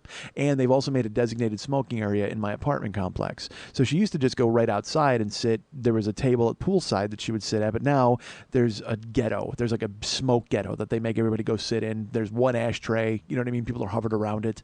And it could be worse because it could be the fucking East Coast where they're out in 4-degree weather and they're just fucking blowing smoke in each other's faces and dying. But instead, she at least gets to die in the sun. So she goes out to the smoke ghetto and hangs out there. And in our house, and there's a spider in our room. She says to me, she goes, I got bit by a spider last night. I'm like, really? That's horrifying. How can you come to me with this off-the-cuff remark about being bitten by a spider in the night? Because let me tell you something about myself, folks. Not a fan of the rogue bug. Not a fan of the rogue spider. Not a fan of getting chewed on by anything that's not human. Not a fan of bugs. All right, bugs. I will just say it to you. I don't like insects. I don't like grasshoppers. But all right, here's the weird thing too, though. I will save them. Like, I don't like to kill a fly. Like, if there's a fly in my house, I will try to trap him with a cup and then slide a piece of paper underneath it and then let him go outside. Because it's not his fault that he's in my house. He wasn't waiting outside all day going, shit, I can't wait till they open this door and I'm going to go into their house. He doesn't care. He didn't mean to come in. So all he's doing when he's in my house, he's flying around looking for a pile of shit, which he's not going to find, or he's looking for an exit, which, weirdly enough, as we all know, when a fly sees an exit, he flies to it and then he spins around 100 times and doesn't leave because he's fucking dumb. Because you know why? He's a fly, folks. He has a brain the size of, it's like if you were to say he had the brain the size of a poppy seed, that would be the smartest fly in the history of flies. I can't even express to you how small it is. It is the tiniest speck. That's the brain in a fly. So you can't hold it against them when they get lost in your house. So all you can do is try to Sherpa them out. If I see a spider, same thing. I'll take a piece of paper and let it walk on there, and then I will do that comical, weird half run through my house, hoping that it get to the door quickly before he gets to my arm from the piece of paper, but also hoping not to run too fast so he doesn't blow off the piece of paper onto the rug where I'll never fucking find him again. And then I got to realize he's in my house, and he doesn't know that I was trying to save him. All he knows is that I put him on a fucking roller coaster, and he's going to get me in the night. I don't like it. I don't like bugs. I don't want them in my house. But not enough to where I go on a fucking full-on assault where I want to DDT the shit out of them and kill them, okay? To me, they're not that much of a problem. They're just more of a nuisance and an annoyance and something I don't enjoy. But I want them out of my house post-haste. So when I hear there's a rogue spider in my room biting my wife in the night, that's pretty horrifying, because that also makes me think that eventually Rogue Spider's going to get tired of wife meat and make his way over to the right side of the bed. And by the right side of the bed, I mean the left side of the bed. I don't mean the correct side of the bed, because I sleep on the left side of the bed. I'm on the left, Karen's on my right. That's the way it is, folks. And you know what's funny? And I say that because now everybody who's ever taken a photo with me at the one-man show goes, oh, that explains it. Because for some reason, I demand that everybody be on my right-hand side. I don't know why, I just do. Even in sleep, even in living death, folks, even in living death, you must be on my right-hand side. So Karen is telling me that there's this rogue spider who's bitten her. And I should tell you this, folks. Look, I hate bugs. I hate the idea of bugs. I hate the concept of bugs. I don't know why Jesus made bugs. I don't know what the fuck he was thinking. How bored he was. The only thing I can think of is Jesus made humans, and then he was like, hey, let's scare the shit out of those guys. And he threw down a handful of spiders. That's the only thing I can imagine that Jesus was thinking, other than how cool does my hair look. So I'm in the house, and she tells me about this rogue spider that's bitten her in the night. And she shows me, and she's got a red bump on her arm. And I think any bug in my room, like any spider, he's the only reason he's in my room. And again, I'm very self-involved, so this is going to sound weird, but the only reason the spider is in my room, the only reason he's biting my wife, is he's trying to chew through her to get to me on the left-hand side of the bed. That's it. Because all he wants, every spider who ever gets into a bedroom is thinking one thing: I cannot wait to get into Mike's ears. That's exactly what he's thinking, because that spider wants to inevitably walk into my ears and then lay eggs, and then I have a spider head. And that, look, you know, if a spider wants to bite me and turn me into Spider-Man, I'm all for it. That's fine. But if spiders just bite you and then they're like, ha, I bit you because I'm a spider, fuck you, spider. By the way, that's like a really funny thing from Deadspin Online. They asked some high school, I don't even know why I'm bringing this up. They gave high school linemen like some test, like, you know, colleges will do that. There's a thing called the Wonderlic test that they'll give you when you're going into the pros. But I guess there was some questionnaire they gave some high school kid or some football kid, and they said to him, why did the itsy bitsy spider climb up the water spout? And his answer to it was, yo, fuck that spider, which fucking is my favorite thing of all time. Yo, fuck that spider. Exactly, my friend. Fuck that spider. That's what I live my life by. 3 words. If you were to walk in to the house of Schmidt, right on the wall in a huge velvet banner, fuck that spider. So, and I don't want anything in my ears. You know that. That's the thing, is if a spider gets in my ears, he's there forever. Like, he lives there. There's nothing I can do about it, because I can't get him out, because I will not put anything in my ear to get him out. You know me and my ears. I don't like it. And if a spider goes in my ear, he's going to die in a huge suffocating wax ball. I mean, that's going to happen. We all know that, because the dolphin skin bacon waxtopus will eat the spider the second he goes into my ear. But the thing is, I don't want to have the circle of life in my ear. I don't need fucking Hakuna Ertata going on. Fuck all that. So I want nothing in my bed that's spider-ish, spider-esque. But apparently, my wife is getting bitten in the night by this rogue spider. So she shows me her arm, and then I'm trying to think of theories. I'm like, well, I mean, where could he be in the room? It's not like there's no webs. So then I think of some weird like drawer spider who like lives under, and we don't even have drawers. Like that just doesn't. Well, I'm serious. Like, where could he be? Is he a TV spider? Does he hide in the speaker? Does he hide in the fucking TiVo box? I don't know. But it doesn't matter. So she got this red bump, and I'm like, fuck, now I'm weirded out, because I won't put earplugs in my ears to sleep, because I don't want shit in my ears. But then the fucking spider's going to get in there, and then the dolphin skin bacon waxtopus is going to eat him. I'm frightened. So I'm telling her, I'm like, well, are you sure it isn't something that happened out by the pool? Because you have to go to the smoke ghetto. Maybe there's like a spider or a bug out there. She's like, well, I don't know. I'll keep an eye on it. So she doesn't say anything to me again. About a week goes by, and we don't have a couch in my house. In the living room, we have chairs. There's this big oversized purple chair that my buddy Pat gave me, which I told the story on here, and we tried to lower it from the balcony. Go by year 2. It's in there somewhere. But I have this big overstuffed purple chair, and then Karen has something called a slipper chair, which she had covered. And then there's a couple of leather chairs that we have. They're like smaller, whatever. Just a bunch of chairs. So I don't like not having those chairs because I feel detached from my wife because we sit separately from one another. If you're on a couch, you can, kind of cuddle up together and there's human contact. But in the chairs, it's just fucking Archie and Edith, and it drives me crazy. So we've developed this thing now where there's an ottoman that I have, and it's big. So I will put the ottoman as an extension of my big purple chair, and then she will sit between my legs and lean back on me. So then we're like watching TV together in one spot. Because then there's at least human contact. It's not, I really felt it was a problem. Like we were kind of growing apart a little bit, and that was part of it. So I was like, look, I want you over here. So she'll do that. She'll sit it's not technically in my lap, but she sits between my legs and we watch TV. And we're sitting there. This is about a week after the rogue spider had been discovered. And she puts her hands behind her head and I hold her hands. And then whatever, I'm rubbing her arms, whatever.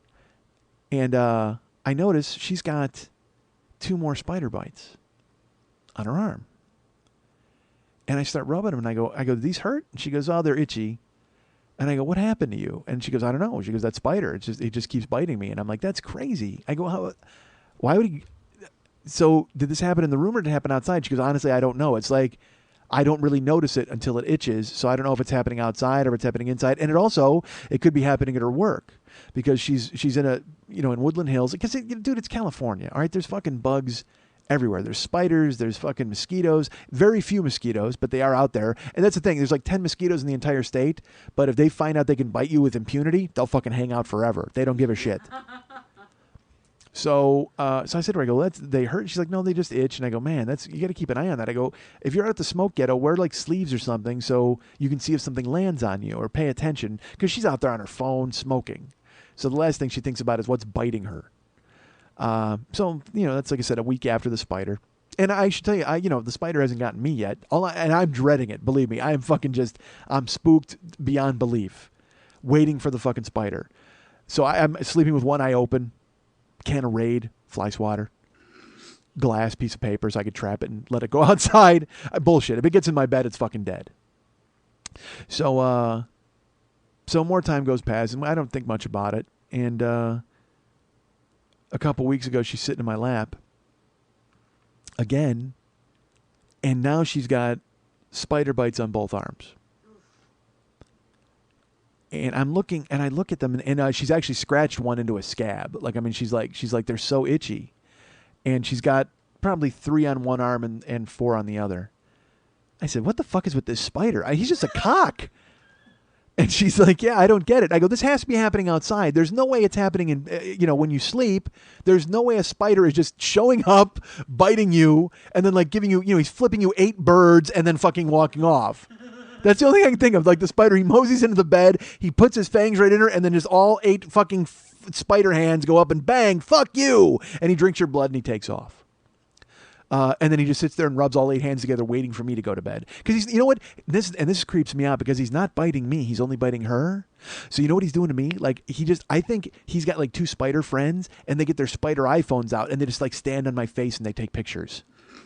They're just like, ha ha, like they conquered me. Like that, it's like Gulliver's Travels and they've got me all tied up. And I'll bet they web me. I'll bet they web my face up so it looks like they caught me. I'm like a fish. You know what I am in the spider world? I'm like a big fucking shark. I'm like a big trout. So I'm like laying there asleep. They web up my face and then they stand posing over it like you would on a pier when you caught a really big shark.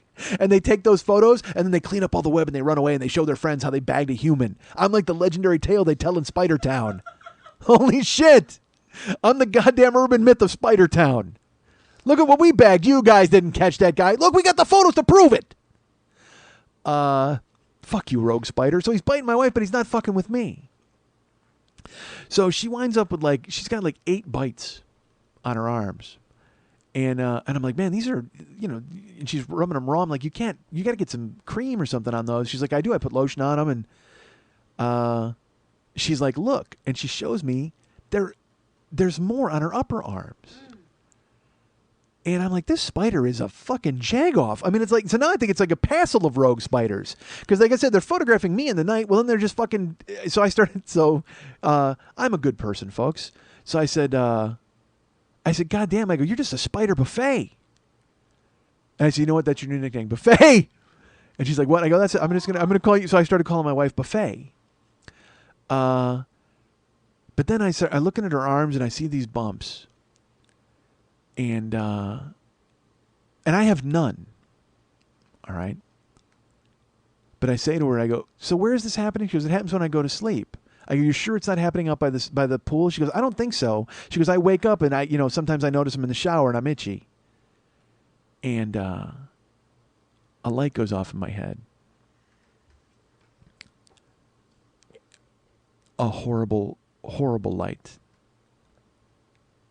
And I looked at her and I go, we have bed bugs. And she goes, no. She goes, we don't have any bed bugs. And I go, well, you're getting bitten in the night in bed. And multiple times. I mean, you've got, and there's like 8 on each arm now, and you're scratching them, they're itchy. I go, that sounds like bed bugs to me. And I have to tell you this. I'm sweating now, even saying the words. Saying it to her was one of the hardest things I had to say, because let me give you some insight into me. I mentioned earlier that I don't like bugs, and we all had fun with that. And I said I don't like spiders and and flies, but I try to save them and all that stuff. But as much as I dislike bugs, folks, I'm horrified by the idea of bugs on me. If a spider or a moth or whatever gets close to me or lands on me, I will almost get the shakes. Like it is truly my worst fear. Even more so than heights. Like I told you, when I get in a high place, I want to throw myself off the side and all that bullshit. You know what would really cinch that? If a fucking fly landed on me while I was in a high place, I'm leaping over the side. That's it. I can't handle bugs. I mean, I can see them, but I if I see like an anthill or I see, you see maggots or anything, it has some sort of trigger inside me, almost like a fight or flight thing where I want to kill everything or just run. I'm afraid I'm not giving this the import and the weight that I should. When I was a kid and I found out there was such a thing as lice, I went to my mom and said, shave my head. And she's like, why? I said, because I don't want bugs that live in your hair. I don't, that's the weirdest, most horrifying thing I could ever think of in my life. And this is when I was 7. So it's deep seated, and it's rooted and ingrained from when I was a child. Because a kid got lice at school, and I told my mom, because when I heard about what they were, it's like bugs and nits, and they live in. I mean, I've spent countless hours on YouTube, just at Wikipedia, looking for lice and what they look like and nits, because I've lived my life in avoidance of that. I'm 45 years old. I've spent at least 38 years avoiding bugs. I can't stand them. I knew a dude who got crabs when we were in Tahoe. Because I told you I got VD, but I didn't get crabs. But I was always told, it's a rite of passage, you'll get crabs. If I would have gotten crabs, I would have invented waxing. I mean, it's not even a joke. Like all of my body hair would have been gone forever, and that's not even a joke. Like literally, I would have looked like a chemo patient. I would have looked like fucking powder. I wouldn't care, because I am not about to have bugs who live on my cock. Are you joking? I love that crabs are a punchline. It kills me every time I see a show. Louis just did a fucking show a couple of weeks ago, and he got crabs. And he went to he yelled, but then he went to the pharmacy and he got the shampoo and he went right into the shower. I'm like, fuck that. I would burn my cock off with a flamethrower. Fuck the shampoo. It's never. I would never feel confident fucking anybody ever again if I got crabs. Just on the off chance that there was one of them left, one egg, one nit. If one of them left a fucking crab illustrated magazine behind after I fucking nuked the shit out of them, I wouldn't want any sort of people thinking that I had fucking cock bugs. So lice and crabs, any of that shit drives me crazy. And top of the fucking list is bed bugs. Because my mom would tell me stories of having bed bugs as a child. My mom told me stories of, my mom had rats too when she was a kid, and I didn't care. That was quaint compared to the fucking bedbug stories my mom told me. You know, because she grew up on the fucking south side of Chicago, Irish immigrant family, and lived in fucking, it just was where they lived. And she said it wasn't like we were dirty or anything, they just showed up. There were rats in the building because that's where it was. That was the time, which makes me fucking horrified. It was that time, the time in America when rats ran rampant and were in everybody's homes. Part of me wants to go, Mom, that's not true. I don't think everybody had rats. I mean, if you want to explain it away for yourself that way, look, and it was a rat problem. Everybody had them. No, Mom. You guys had rats, and Grandma and Grandpa told you that that's why you had them. Everybody had them, and it was fine. And you went, yay, and then you fed them and made them your pets. My mom Willard. So, fuck me, man. My mom would tell me that bedbugs, she would wake up with bedbugs biting her. She would see them. They would be on her. And the bedbugs also, the way that she saw them, she would see them in her house on the wall. And they always travel in a straight line, bedbugs. She would see them walking up the wall. Like, she would go to bed and she could see them like with the light from outside. It's a fucking horror movie. It's scarier to me than any fucking bullshit movie you could put together. It's scarier than Psycho, where where you're in the shower and the guy rips it open with the fucking knife. My mom would lay in the bed with dread, and she would see them march up the wall in a straight line, and then they would walk on the ceiling and drop on her from the ceiling. That's how they got in her bed, because she was in a bunk bed. So she would see them walking up the wall. And then she would watch it happen because she was so scared. She would wake up with bugs on her and they would be biting her. They would walk up the wall, walk across the ceiling, and then drop into the bed. And they're tiny. They're totally small. So I've remembered that story since I was a child. And bed bugs to me, that it's like the dirtiest word you could ever say. It's so horrible. But the good thing is they eradicated bed bugs. They were able to, because you know why? They used DDT, which was a poison that also killed the people who lived in the homes. But the people didn't mind so much because it meant the bed bugs were gone. If you told me that you were going to bomb me with some chemical that gave me cancer in 30 years, I think I'd give up the last 15 years of my life to live fucking vampire bug free. So I said to Karen we had bed bugs, and I was half joking. All right. The only reason it would even, as a joke is how you would say it, but unfortunately they've come back. Like I said, they were eradicated. Bed bugs have come back.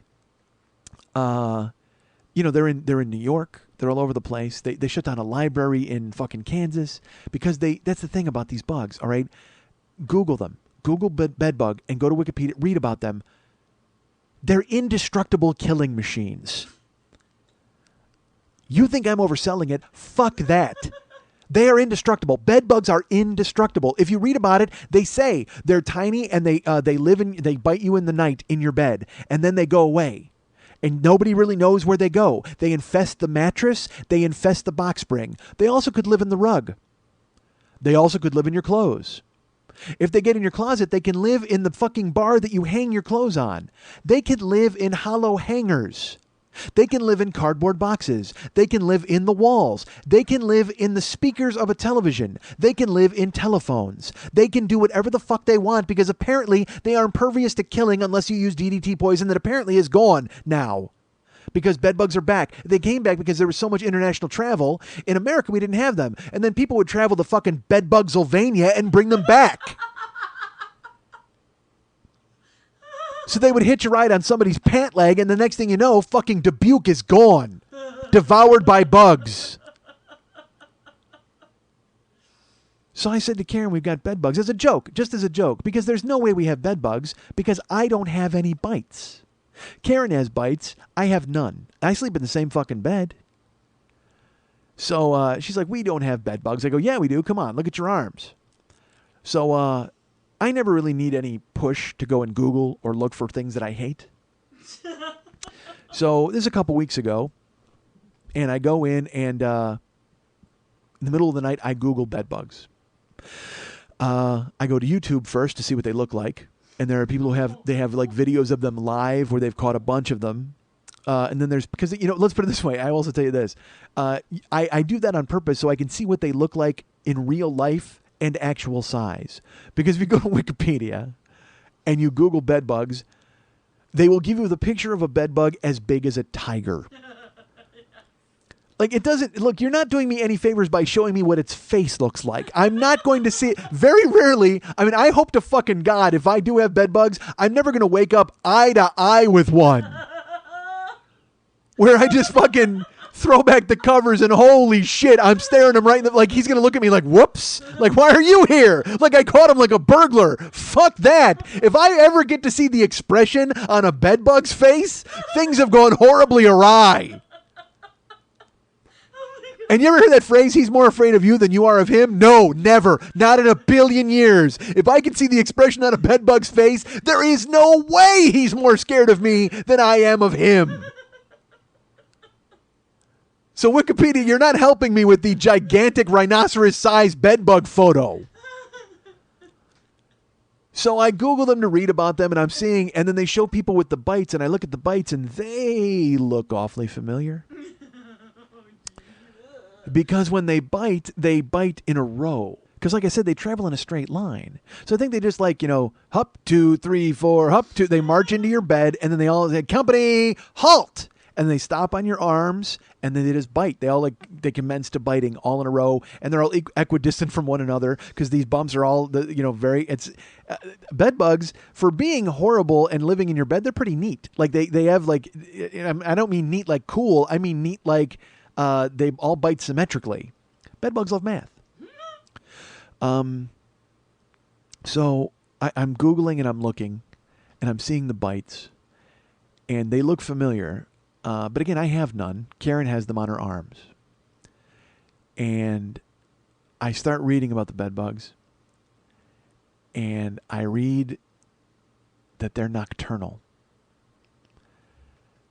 And they feed on blood at night, like a bunch of tiny fucking Draculas.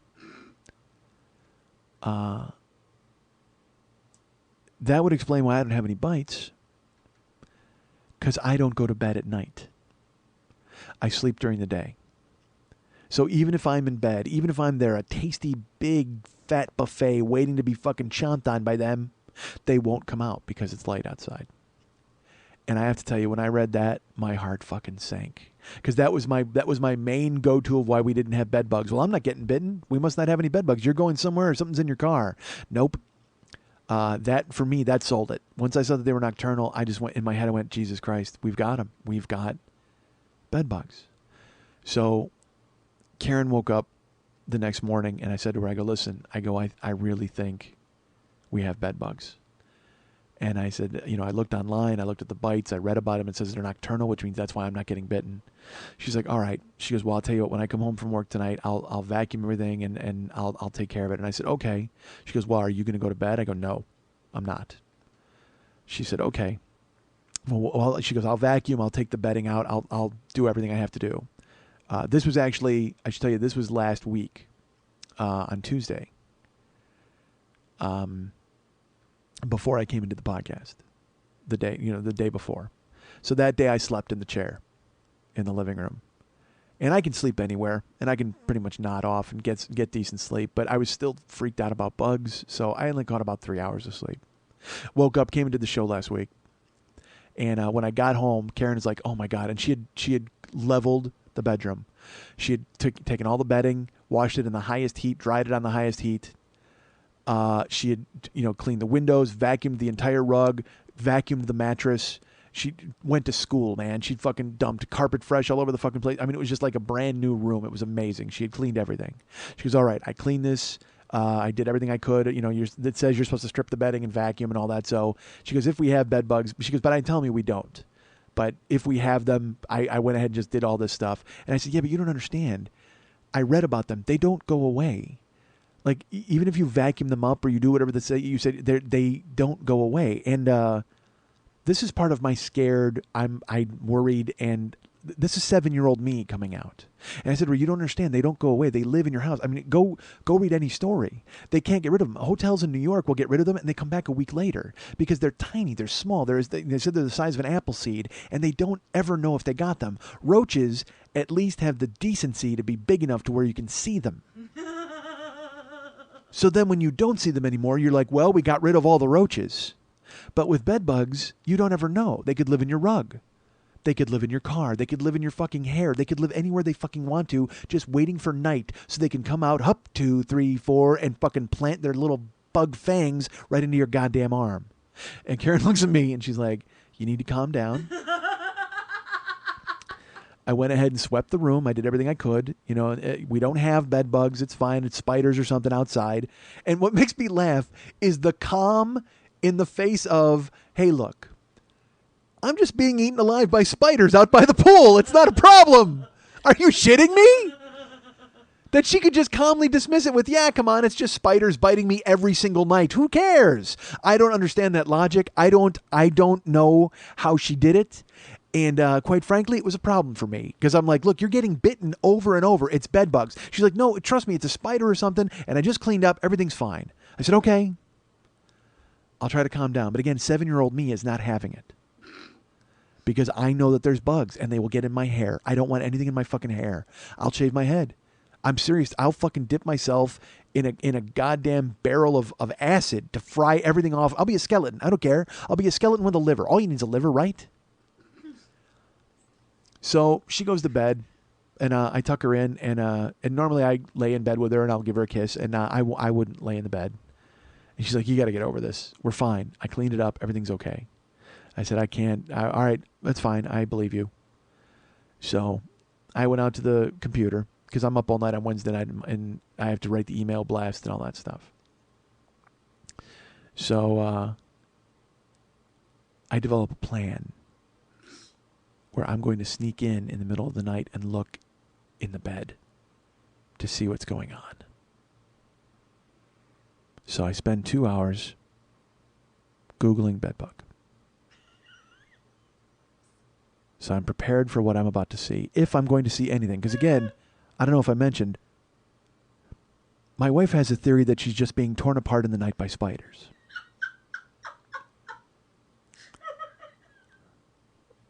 Which will certainly calm my nerves a bit. But I must tell you, there really isn't anything comforting knowing that your wife is delicious to spiders.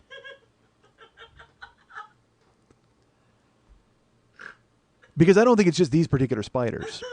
I got to think that it's all spiders who find my wife delicious, which does not bode well for anywhere we would move. It's not like this one group of spiders went, holy shit, this chick is awesome, so delicious. I think it's all spiders, but that's fine. She seems to be okay with it. But instead, I spend 2.5 hours Googling bedbug. And I'm seeing what they look like, and I'm seeing how they move, and I'm reading about them. They say they're in the bed. So at 3 o'clock in the morning, I go into the bedroom. I open the door quietly, which makes me laugh that I'm sneaking up on bugs. That I think, for some reason, these bugs are going to hear the door open and go, cheese it, it's the guy.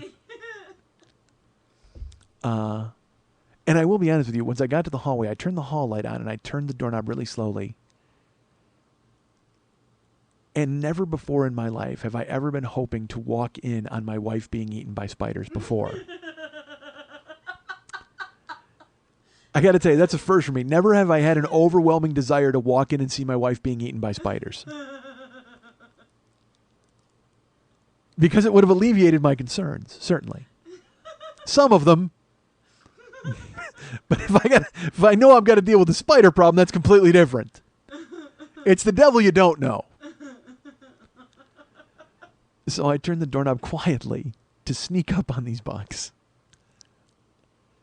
And I open the door quiet, and I come in, and here's the thing, the light switch is right by the door, but instead I walk into the room as deeply as I can, and I reach back with my right hand to turn the light on as close to the bed as I can in case they book. Because I also read this, bed bugs are fast. Okay, I guess they're really quick. They're like roaches who live in your duvet. Okay, they book and they move. So I walk in and I turn the light on. And I look and my wife is laying on her side. And I see nothing. And I get close and I look on the bed and I see nothing. And I should tell you, I am eagle-eyed for movement. I am really good at seeing anything out of the corner of any bug. I've trained myself in the 38 years that I've grown up hating them. Any moth, any movement, any wisp, any beetle, any fucking gnat, any flea, anything at all that I see, I can make it right away and see it and follow it and know where it went. I open my eyes and I look and I see nothing on the bed, and I get close. And I'm looking, and now I'm looking my wife from head to toe. She's lying there, and I see nothing on her hips, nothing on her arms. She's got her bites, her normal ones, but there's nothing on her out of the ordinary. There are dots like on the bed that I'll see, but it's your usual. You know, it's funny. You watch the young ones. They said, you know, Vivian is like, hey, you get into bed seemingly free of grit, and then you wake up and your bed is full of bits. Well, you walk in the bed. There's fuzz and lint and those things, and so I start moving pillows gently to see if anything's there, moving or walking, and I see nothing. And we have a canopy bed. It's the only bed we've ever owned. I will tell you this. My wife. All right, I'll divert into this really quick. My wife and I started dating, and I had always told her, "Look, I'm going back to California. You do realize that?" Like I said, "This is all just for fun and laughs, and let's do this. Don't get too serious, because I am leaving and I'm going back to California." And she's like, "Yeah, that's fine. I completely understand." So we had a great time in Chicago, and then when it's time for me to go back to California, I said my goodbyes. She actually came to Peoria, because I did shows in Peoria, and then drove right from Peoria to go back to California. So we spent the 3 days together in Peoria, and it was really sad because I knew that I loved her, but also California was it for me. I had to go have a career. I had to be a comedian. I wasn't going to stay in fucking Chicago. I didn't see any future in it. So I left, and I went back to California, and I wound up living with a friend who I shouldn't have lived with, who wound up setting my stuff on fire. And knowing the second I got to California and I was miserable, that I missed Karen and that I loved her. And I wanted to come home. But only to be with her and to do comedy. Like, I couldn't compromise. I wasn't going to go home and be a fucking pizza idiot. I mean, it was like, I was in my head, I said, like, should I work the road? Would it make me be a better comic? So then I would talk to her on the phone. We'd have these long conversations. I was working in an adult bookstore. I told you this. My life went to hell. The only lifeline I had was her. So I came back. She was like, come back. Come back home to Chicago. It'll work out. It'll work out. So I came back home to Chicago, and to live with my brother again. And, again, I was ready to start doing stand-up, and I was going to find, it was really starting over. Other than knowing the terrain, I was starting completely over in my career, working clubs, all of these things. I had to do everything over again from scratch. And the only thing I had was her. So she said, let's go to dinner. We went to dinner on a Friday. I saw her. We went to dinner, and she said, after dinner, I have a surprise. I was like, all right. So we finished dinner, and then we get in the car, and she goes, all right, put this on. And it was a mask, like a sleep mask, blindfold. And I said, what are we doing here? And she goes, no, come on, just trust me. Put it on. I have a surprise. So I said, okay, put it on. She drove, and she drove like 15 minutes, and then she parked. She goes, we're here. She goes, stay in the car. So she comes around, she helps me out. And I go to take the mask off. She goes, don't. And I go, really? She goes, yeah, just leave it on. So she walks me. She goes, there's a curb here. I walked up this curb. And then in my head, you always try to figure out what's going on in those situations. So I figured I had just come back. So I figured she had gotten my friends together, and we were having like a big welcome back or a surprise party, that kind of thing. So we walk in like a series of doors. I don't know where we are, but I don't hear any noise. And then she opens the door, and she leads me in and closes the door and says, all right, you can open your eyes. And I take my mask off, and I'm standing in an apartment, and it's empty. There's furniture in it. I mean, there's a TV, and there's a fire going in the fireplace. But there's it's a furnished apartment, but I don't know what it is. So I looked at her and I go, what's this? She goes, this is our apartment.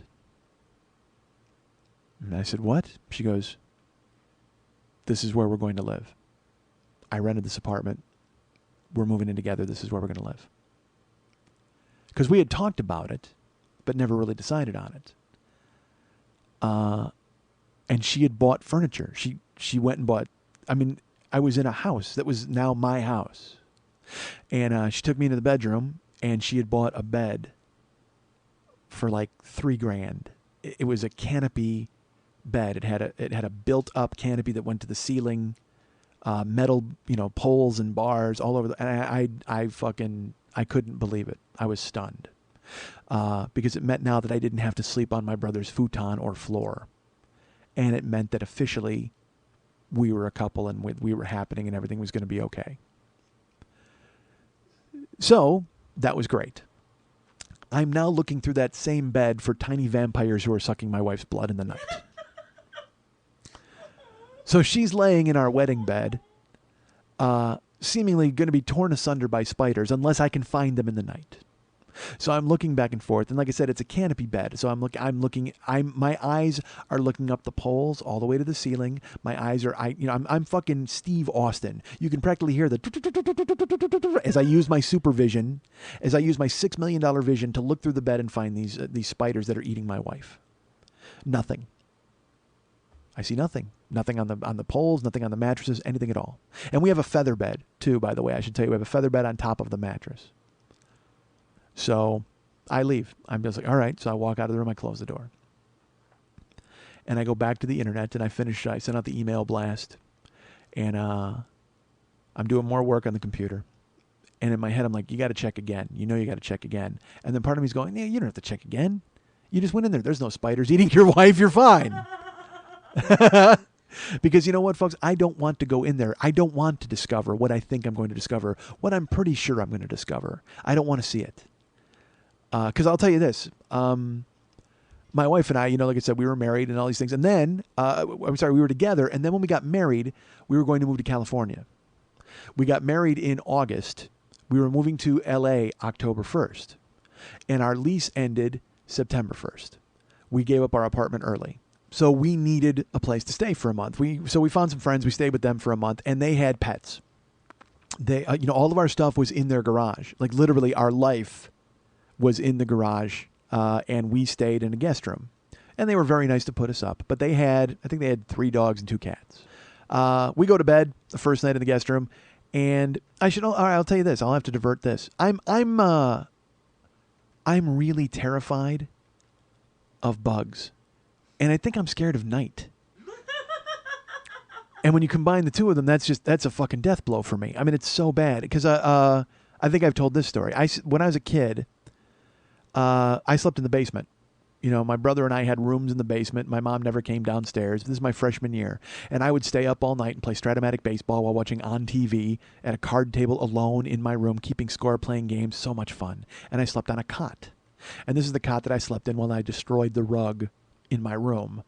Go ahead and buy year 1. Rent it. What if I rented out year 1 and 2? Buy it. You'll know what I'm talking about when I say I destroyed a rug. But one night I was asleep in bed in that room, and I was in the cot, and because it was down in the basement, it was pitch black. There was no light whatsoever. I didn't have a clock radio with a light, nothing. It was pitch black. And I was laying in the dark, and I felt something on my leg. And I didn't know if it was a breeze on my hairy leg until it started to move steadily up my leg. And I didn't want to freak because here's the thing. I didn't want to just grab it in case it had pinchers and it could bite me because I didn't know what the fuck it was. I didn't want to freak because in the dark, I didn't want to kick and then it all of a sudden got lost in my room. I had to make sure I found this fucking thing. So here's what I did. I fucking balanced my leg out of the cot, swung it over, but stood up with this thing on my leg and kind of hopped over to the light switch. And I flipped the light switch, and I had a huge fucking beetle walking up my fucking naked leg. And then, which was great, because then I took a shoe and beat the fuck out of it and murdered it. But in the dark, to feel legs walking up your leg and to feel something moving up, I know that feeling. I've felt it many times in my head, only once or twice in real life. But it doesn't matter, because you'll never forget it. So now to the point where I will cross my legs And when I uncross them, you know how your hair just kind of naturally pulls away from your leg? I freak immediately and I look down at my leg to see if something's on my leg. I can't stress to you enough how much I hate bugs.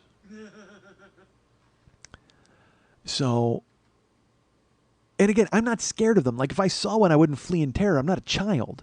But I just don't want them anywhere near me or on me or close to me. So we go to sleep in the guest room. And I start feeling things on my legs as we're asleep with the lights out. And not walking. It feels like pressure, but pinpricks. But not penetrating the skin. And it doesn't hurt. It just feels like, you know what it feels like? It feels like rockets are blasting off of my legs. Like I'm a trampoline. And my leg is a trampoline and people keep jumping up and down on it. That's what it feels like. So we're laying in bed and Karen's there with me and she's asleep because my wife fucking doesn't care. She sleeps through a fucking bug holocaust. Fucking spiders are eating her. She still doesn't wake up. But I'm laying in the bed and it feels like things are trampolining. But I go, you know what? Fuck this. I can't. And I pull back the covers and I can't see anything because it's dark in the room. And it's nothing progressively moving up my legs. So I don't give a shit about it. Whatever. I go to sleep.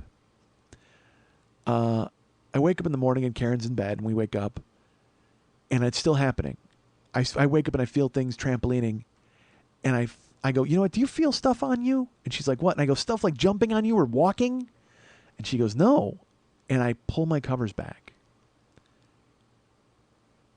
My legs are covered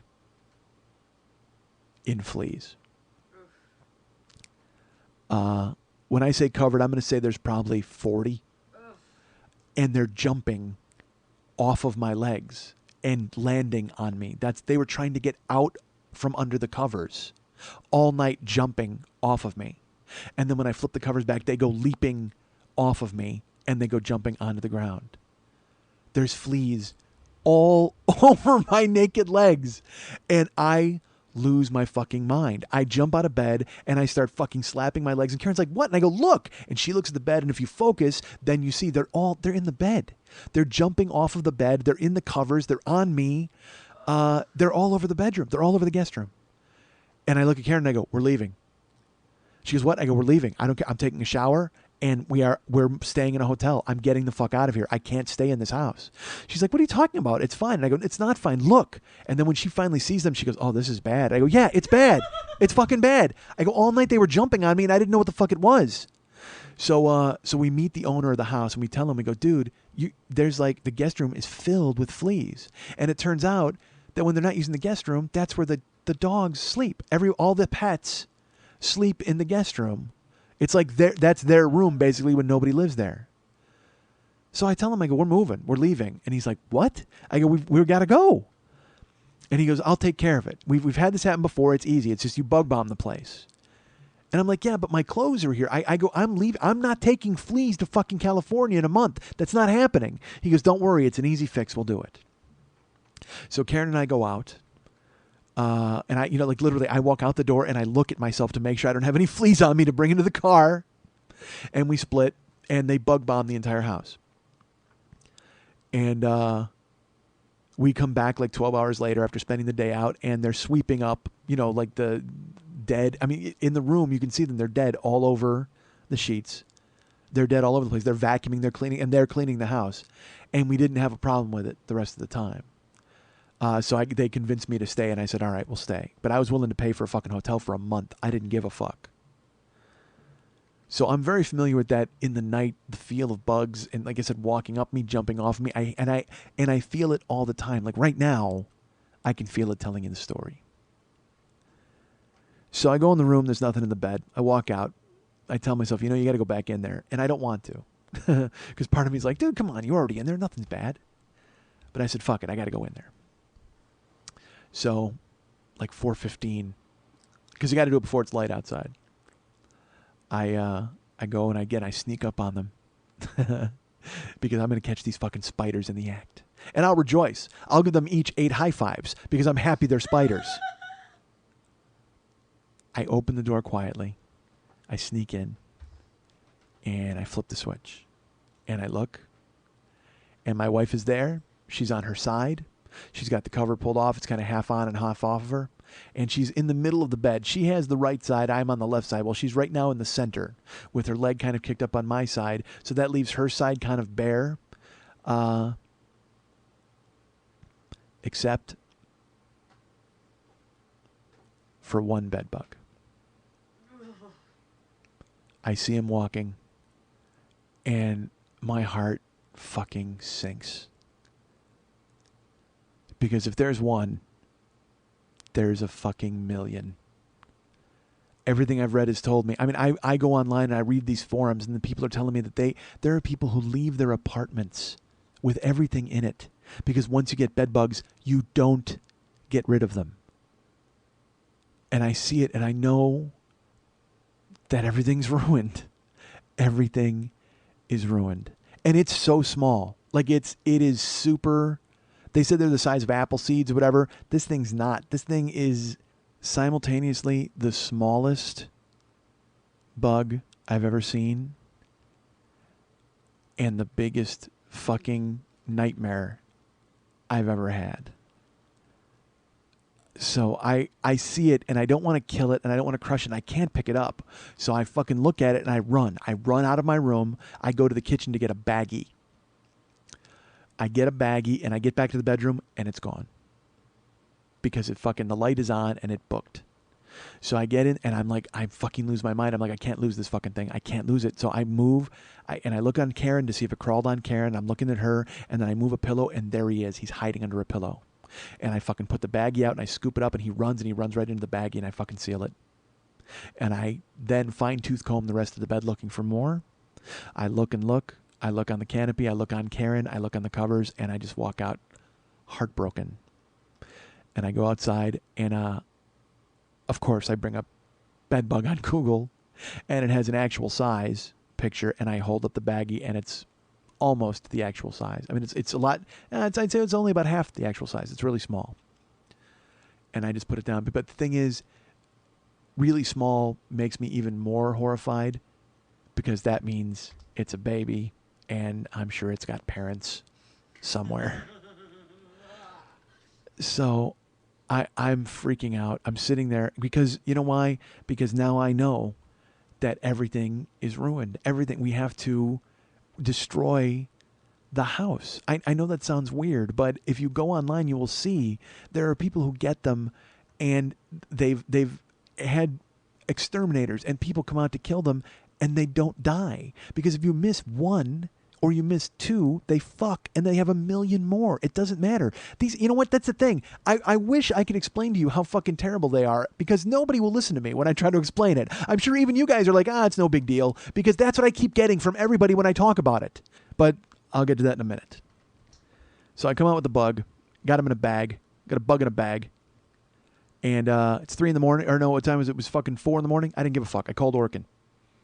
I immediately went online. I looked for bedbug people. I found Orkin and had an 800 number and said, call anytime. So I did. Fuck it. So I called Orkin, get some dude on the phone, and he's like, hey, can I help you? I said, yeah, I have bedbugs. He goes, are you certain that you have bedbugs, sir? It could be a different kind. I go, look, it was a bed with a bug in it. It was a bug in a bed. It's a bed bug. Okay. I know I've got him. And he's like, all right, well, I said, how much is it for the, he goes, well, it could be anything. And I was like, what does that mean? He goes, well, it all depends on the size of your house. It depends on the level of the infestation, which that word scared the fuck out of me. He's like, it all depends on what we got to deal with. He goes, I've had people pay as little as $500, and I've had people pay $3,000. And I said, okay, and what is that? Like, if you pay $3,000, you're telling me they're gone? He goes, there are no guarantees, sir. He goes, we will do what we can. I can tell you right now, the initial consultation is $95, and I can have somebody out to you tomorrow afternoon. I said, great, done. He goes, all right, and if he recommends the treatment, we can start the treatment right away. And I go, I don't want to deal with that right now. I'm just telling you right now, send a guy out. We'll take a look and see what's going on. He goes, all right, we'll have an appointment tomorrow. I hang up the phone. 4 a.m, I don't give a fuck. I make an appointment. Come out tomorrow. I don't care. He said he'd be there between 12 and 2. And so I have to stay up. I will. I don't give a shit, because believe me, I'm not sleeping. Karen wakes up, comes out to make her coffee. And I said, I have news. We have bed bugs. She's like, what? I said, yeah. I said, you were sleeping, and I went in there and I caught a bed bug. She goes, let me see. So I hold it up to the computer screen with the actual size and the bullshit. And she goes, well, we'll take care of it. I go, no, We won't take care of it. We won't, because don't you understand that they infest your house? That's the whole point. Infestation. You can't get rid of them. They live in your clothes. They live in the rug. There's no guarantees. I said, I already called Orkin. They already told me there's no guarantees they can rid of them. She goes, well, I'm sure it'll be fine. They'll come out. No, it won't be fine. What do you mean you're sure it'll be fine? Quit telling me you're sure it'll be fine. Look at your arms. You're the one getting eaten by bugs in the middle of the night. Why aren't you bothered by this? And she's like, well, you got to calm down, first of all. And second of all, we'll take care of it. It's fine. They'll come out. They'll fix it. Everything will be okay. I said, yeah, but you don't understand. You can't sleep in the bed now. Where are we going to sleep? What are we going to do? She goes, it's fine. They'll take care of it. Relax. I go, I can't relax. I go, look, you don't understand. This is the worst thing that could have ever happened to me. I'm not kidding you. It's the worst thing. She goes, stop. It's okay. They'll fix it. I go, no. And I'm because you know what? She's trying to help me. She's trying to make me feel better, but she doesn't realize she's talking to a 7-year-old. And you can't fix a 7-year-old. You can't. You can't make him think what you want him to think. He's got to come around to that way of thinking himself, and he won't because he's fucking 7. So I shined it. She got her coffee. She took her shower. She got dressed. She went into the bedroom. She sat down on the bed to get dressed. I go, what are you doing? She goes, what? I go, why are you sitting on the bed? She goes, it's fine. I go, no, it's fine. It's not fine. There's fucking bugs who live in the bed. And she goes, you said they're nocturnal, right? Well, it's daytime. Like, she just completely blows it off, like, with logic. I'm like, fuck that. Are you joking me? There's eggs. The eggs will get on your pants and you'll get them in your car. And she's like, that's not happening. Relax. It's fine. The guy will come out. They'll take care of it. And I don't think I'm exaggerating when I tell you I was wild-eyed. Like, I mean, I'm Renfield on the ship. I mean, I'm like freaked out. But I'm not going to find the bugs and eat them. So she splits and goes to work. I just sit there marinating in my fucking fear. Periodically opening the baggie to make sure, grabbing the baggie to make sure it's still closed and sealed. I sit there, I finally sit on the chair and I try to grab an hour's sleep, and I do, and Orkin calls and I let him in. And he walks in and he's a nice guy, Danny from Orkin. And I say, well, what are the signs of bed bugs? He's like, well, we'll take a look right now. We'll take apart the room and we'll see what's happening. And I go, well, can you give me an idea of how much it costs? And he goes, honestly, they don't know. He goes, I will tell you this for sure. It's $650 for the first room, $250 for the rooms after that. We do it once. We come back 3 weeks later. We do it again. We check. We inspect. And then we come back again 2 weeks later to make sure everything's fine. I go, so what do I do in the meantime? Like, he goes, there's nothing you can do. He goes, we spray and we hope. He goes, there's no guarantee. He goes, because I'll be honest with you. He goes, I was an exterminator for a long time, and I never dealt with bed bugs. He goes, it was always roaches and silverfish and everything like that. He goes, I quit for 5 years. I've come back. 8 out of 10 calls are bed bugs. He goes, it's crazy. He goes, Los Angeles is infested with them. And I'm like, well, I'm glad you're making me feel better, Danny. And he laughs. I go, dude, I am freaked out. Like, I can barely move thinking of bed bugs. And they ruin everything, right? They get in everything. He goes, yeah, they can live in books. You could throw out all your books, throw out all your clothes, throw out your bed, and they'd still live in the rug.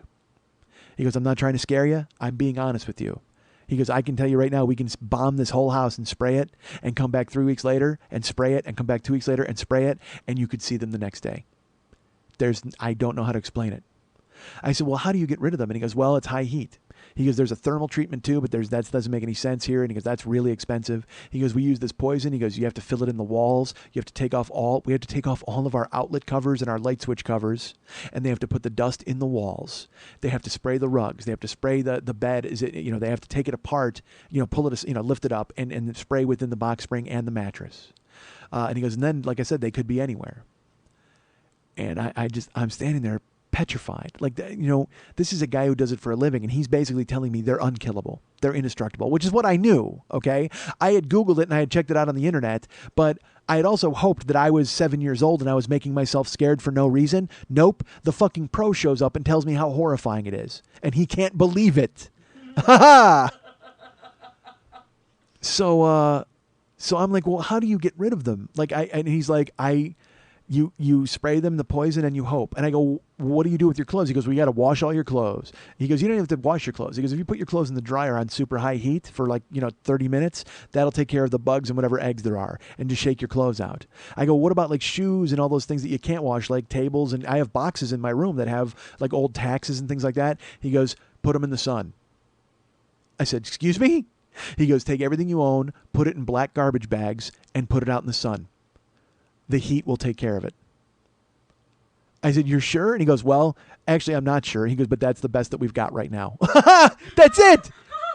The best thing they have is to take your things outside and let them be cooked by the sun. That's how you defeat this ancient menace that has plagued the earth since dinosaur times. You take your clothes outside in rubber, sheathe them in rubber, and hope that the orb in the sky that warms us and gives us light also murders these bugs that have been around since Jesus. Since fucking Jesus. He had them in his tunic and he was pissed. Because he made that handful of spiders and then the bedbugs are like, hey, what's happening? He's like, fuck, why did I make you guys too? Get out of my shoes. Fucking ancient Egyptian bugs are in my house. They're like, that's what they are. They're from fucking ancient Egypt. They're from pyramids and fucking Skeletor times and all that bullshit. I don't think Skeletor was real, but Jesus Christ, am I scared right now, folks. Actually, bullshit. You know what? Skeletor used to be a man till the bed bug showed up. And he went to bed one night and woke up and went, look at my face. They don't fuck around, man. So that's it. That's what they've got. They'll spray poison in your house and then take your things into the sun. This is the exact same remedy that they had in Bathsheba. We will grind these reeds into a poison and spread them amidst your hut, while you take your meager belongings out to the sand and hope Pharaoh has the sun bless you and remove these ancient bugs. God damn it. And I'm not like, I'm horrified by this development. So I'm like, all right, fine. I go, and I keep looking for reassurance because I tell him, I go, look, my wife is getting bitten, but I'm not getting bitten. And he's like, well, that happens. Sometimes they won't bite somebody. I go, well, also I sleep during the day. And he goes, oh, that'll do it. Yeah, they don't come out during the day. And I'm like, okay, you're here during the day. How the fuck do you expect we're going to see them? And he's like, well, that's okay. He goes, well, I know where to look. I've got, we'll get the flashlight. We'll really get down into it, and that's fine. So I go, look, I've only seen one bug. He goes, well, that's good news. He goes, because I go to places all the time that are infested. He goes, I'm not saying you're not. We're going to find out. We're going to look around. He goes, but I'm going into houses now where there's blood on the walls because they will bite people and they get engorged with blood. And then they're walking on the wall and people will thumb them and pop them and there will be a blood trail on the wall. And they said that people are like getting mattresses off Craigslist or they're buying used furniture. And by doing that, they're perpetuating the cycle. And also when you have 9 people living in a 1-bedroom apartment, they said all of these things contribute. But at the same time, he also said, look, if you travel, that's how you could have gotten it. He goes, we have no idea. He goes, you travel a lot? I go, yeah. I go, I actually traveled a lot in June. I've been traveling. He goes, yeah. He goes, all it takes is one. He goes, you could be in the plane. It could jump on your pants. He goes, it could get on your suitcase from another suitcase in the cargo hold. He goes, there's no explaining how you got it. He goes, it could be anyway. But then in my head, I'm starting to think, I'm like, fuck, the last time I traveled was in Indianapolis. And I was at Heidi's house. And there's no way Heidi had bed bugs. I was in the bed. And plus it's the Jimmy Buffett room. There's no way there's bugs in the Jimmy Buffett room. Although, you know what I should have done? I should have tanned. I should have tanned in the tanning bed. Because the ancient sun wasn't there. I could have just climbed into the tanning bed, cooked all of my things, and been fine. But then I'm like, well, then when else did I travel? And I'm like, well, fuck, I was in June. I traveled all over. I was in Boston. I was in Kansas City. I was in Toronto. So I'm with him. I'm like, fuck it. Let's take a look. So he goes, yeah, man. He goes, there's no telling how you could have gotten it. But it's not. You're not dirty. He goes, people aren't dirty. It just happens. And I go, well, do they form like weevils? Like, weevils will form in flour. And he goes, no. He goes, that's not it. He goes, someone brought them in your house. Somehow they came in.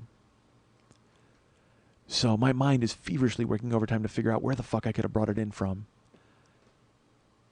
And then as we're going through the room, I look and I realize Karen does art projects. Okay? She paints. Well, like a couple of weeks ago, she picked up a wooden pallet that she found somewhere. And she brought that in, and she's been painting it and putting like stuff on it, making it a big art thing. So in my head, I'm like, fuck, was it the wooden pallet?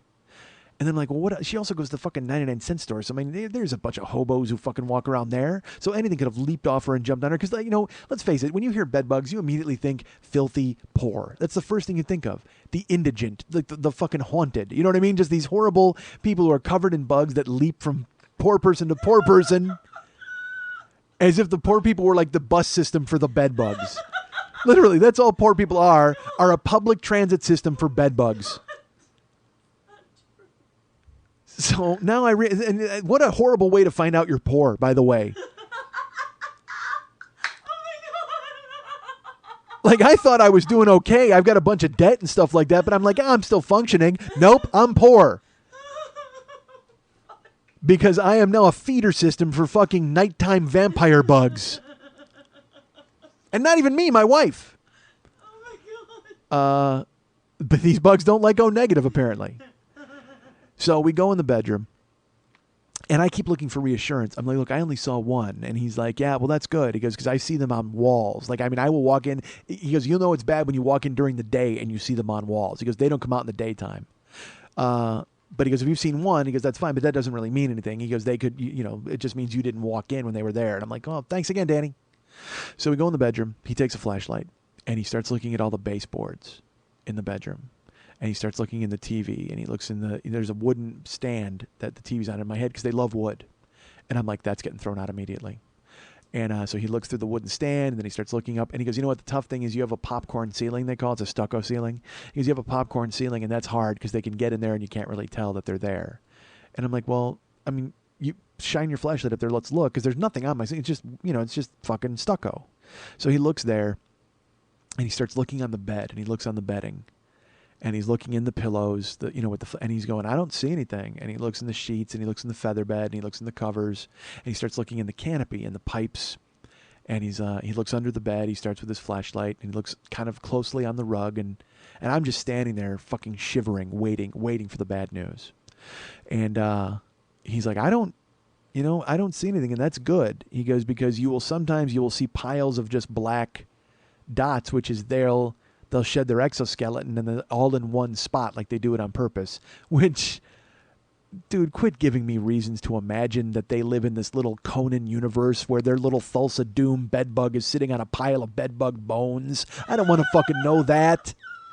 I don't want to know that the fucking king of the bedbugs is sitting there waiting to crush me, see me driven before them, and hear the lamentation of the Karen. I don't want to fucking know that. Thanks, Danny. So they shed their exoskeletons in one spot, and there's a pile, but there's none in my house, which is good.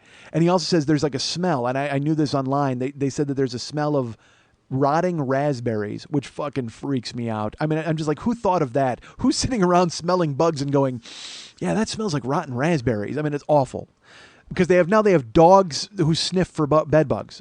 That's how bad the problem has gotten. They're training dogs to sniff out bed bugs. Horrific. I don't want a dog in my room. Let alone a pile of Tulsa Doom bed bugs. So he's looking in the bed, and he's like, you know what? Honestly, I don't see signs of like infestation. He goes, I showed him the one in the bag. He goes, yeah, that's a bed bug. He goes, yeah. He goes, so you've got him. He goes, well, it's hard to tell with that one. It's real small. He goes, but it looks like it to me, but I'm used to seeing them bigger. So we go in the room, and he looks, and he goes, can we lift the mattress up? And I said, do we really want to lift the mattress up? And he's like, well, we should. I go, all right, that's fine. So we lift the mattress up. And I got to be honest with you, I'm sweating even being in the room because I don't want to be in there, because now I know that they're on my shoes. They're walking on my legs. They're all over the place. They're in the air. I'm breathing in their bug essence. I don't want it. So we lift up the mattress, and he looks, and he starts looking around the seams, which is, I had already done this inspection. Okay. But he's looking around the seams, and he doesn't see anything. And he starts looking closely at the handles, because there's little holes for the handles that go into the mattress. He's like, I don't see anything here. And he goes, slide this. He goes, can we lift up the box spring? I was like, do you really want to lift up the box spring? And he goes, yeah. And I go, all right. So we move the mattress over, pick up the box spring, and the box spring has that weird felt underneath that all of them have. And he goes, do do you mind if I pull this back a little? I go, fucking tear it off. I'm throwing this bed away anyway. He goes, well, you know, if they treat it, you don't really have to. I go, fuck it. I go, I found a bug in this bed, Danny. I'm throwing this bed away. He goes, well, you don't have to if they treat it. So he takes off the felt and he rips it all off the box spring. And I'm holding the box spring up by the bottom right corner. And he's underneath. He's in the frame of the bed and he's looking. He's got his flashlight and he's got his head almost in the box spring. And I'm waiting for him to just get fucking chewed up. Like I'm waiting for a giant mouth to just swallow him. Like a big fucking prawn from District 9 is going to stick its head out and just fucking gnaw Danny's head off and then give me a dirty look and point at me with its prawny hand. But he's thrust right up in there and he's in the seams and he's looking, he's using his fingers, he's got his flashlight and he's looking and I'm looking at him. He's going, this looks good. Like, I don't see anything, man. I'm telling you, he goes, that one you have is definitely, I think that's one, but I can't say for sure, but I don't see any of the infestation. And I'm holding the mattress up, the box spring with my right hand. And he's underneath it and he's looking. And all of a sudden, $6 million vision. As I'm looking with him underneath the box spring, I look up where my hand is. And I see movement. And I look up and I go, I got one. He goes, what? I go, I got one. And he comes up and there's on the side of the box spring walking. I didn't see where it came from. I just saw it walking by my hand. And he looks and he goes, yeah, that's a bed bug. And he grabs it with his fingers. He's got gloves on. He's got rubber gloves. And I go, well, can we put it in the baggie with the other one? And he goes, well, yeah. And he goes to grab it.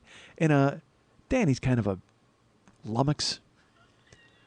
Trust me, I've been using, sheets of paper and styrofoam cups to save bugs my entire life. Step aside, Danny, let me take care of this. But no, Danny thrusts a rubber-gloved hand right into the mass of one bug. There's only one. But he grabs it and he picks it up. And he's trying to hold on to it and it's trying to walk. And as he does that, he squeezes it.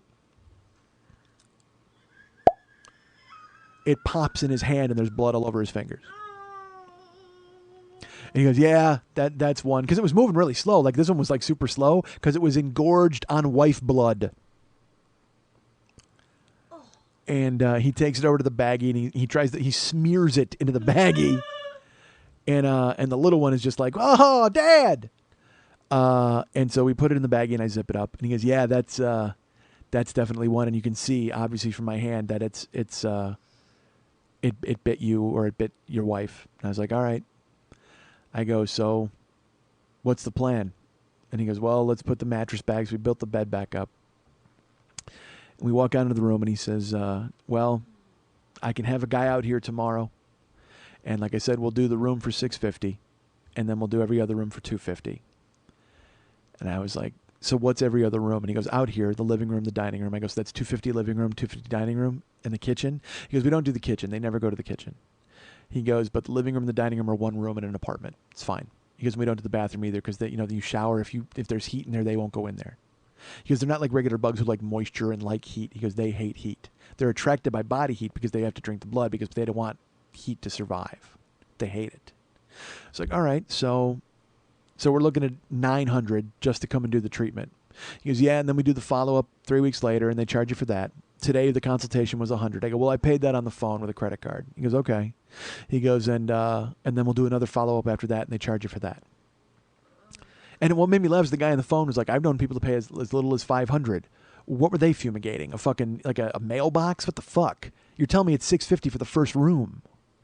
So I said, okay. I go, so that's $900. I go, the bottom line is I got to get rid of them. And Danny goes, well, of course. He goes, but there's no guarantee that they can get rid of them.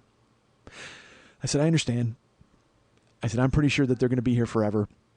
He goes, no. He goes, it can be managed. It can be taken care of. He goes, that's fine. He goes, and I'll be honest with you, I don't see that you have a real problem. He goes, there's bed bugs in your house, but I don't see a problem yet. He goes, it's good that you got it now. He goes, and I'll also be honest with you, we are extremely expensive. If you have another alternative, you should probably go with that.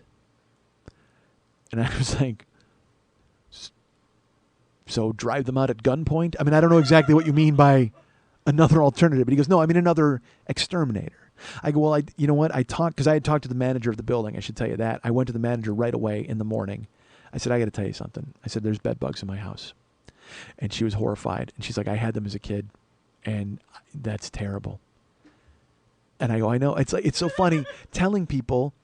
They say it's terrible. Then the very next thing that they say is they go, but it's okay. It could be worse. No, it could not be worse. It couldn't.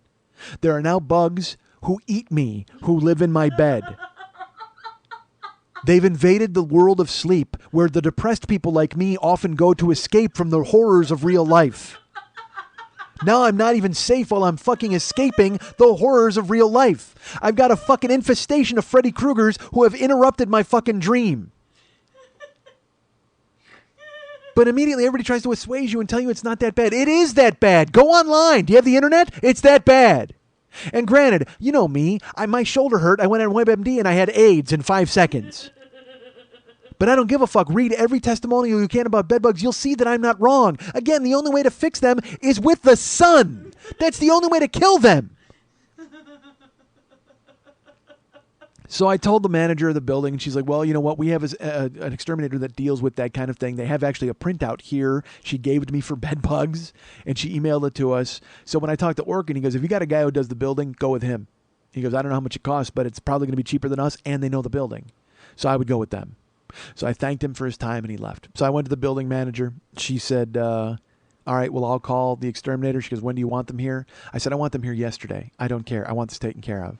And she said, okay, well, I'll call them. This was on Thursday. Okay. So she's like, yeah, I'll call them and I'll figure it all out. No, I apologize. This was on Friday. She goes, I'll call them and I'll figure it all out. So this happened. No, this is Thursday. I'm getting lost. I'm sorry, folks. I haven't slept. I'm exhausted. Have I mentioned that I'm exhausted? I have a physical and mental toll that's taken on me that I can't even explain. So she's like, I'll call them. And I said, great. Later in the day, I see her and she tells me, you know what? You got to take care of it yourself. They weren't around today. You have to call tomorrow. On Friday. I said, okay, that's fine. So Karen comes home from work, and I said, I had Orkin out here. We found another bug. We definitely have bed bugs. And Karen's like, well, that's fine. They'll take care of it. I go, no, it's not fine. Stop telling me that it's fine. We need to get this taken care of. And she's like, I know.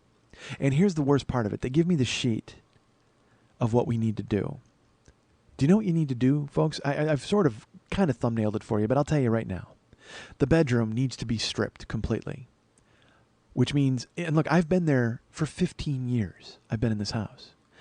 I have way too much stuff. I have the stuff that a man who lives in a 3-bedroom apartment should have, but I have it all in one bedroom. I have boxes of DVDs, boxes of old videotapes, boxes of CDs, old tax records. Everything's, and what's really funny, all of my boxes, everything from my storage area is in my house. Because I didn't want to get bugs in the storage area. I was like, that's not safe. That's outside. Because we had a guy had found a box chewed through by like a rat or something or a mouse in his storage area, and I go, everything's coming inside. Karen's like, they're not going to get in ours. I don't care. Everything's coming inside because I don't want anything getting into our records. And now all of those are in my bedroom, stacked up to the ceiling. All my CDs. I've got like 600 CDs. And again, they don't eat CDs, but what the fuck do I know? It could be a strain of superbug. They've been around forever. What if they were created in ancient Sumeria to get to the fucking year 2012 to eat CDs? Maybe that's why they're here. They've been waiting for the deliciousness of CDs and my wife. So I'm not taking any chances. I literally want to throw everything in my house away. I want to throw it all away. I want it all gone. And in my head, I'm like, I'm trying to justify the clothes. And I'm still trying to figure out where the fuck I got them. Like, I can't put my head around where I should have gotten them. It must have been from the traveling. So I tell Karen we got to fix it. She's like, everything's be fine. I'm like, it's not going to be fine. There's bugs everywhere. And I'm irrational. Look, I'm not going to lie to you. I'm irrational because, again, my worst fear. And that's not even exaggerating. It is the worst thing I could ever think of. When I was a child, bugs in your hair, bugs by your cock, bugs on your body.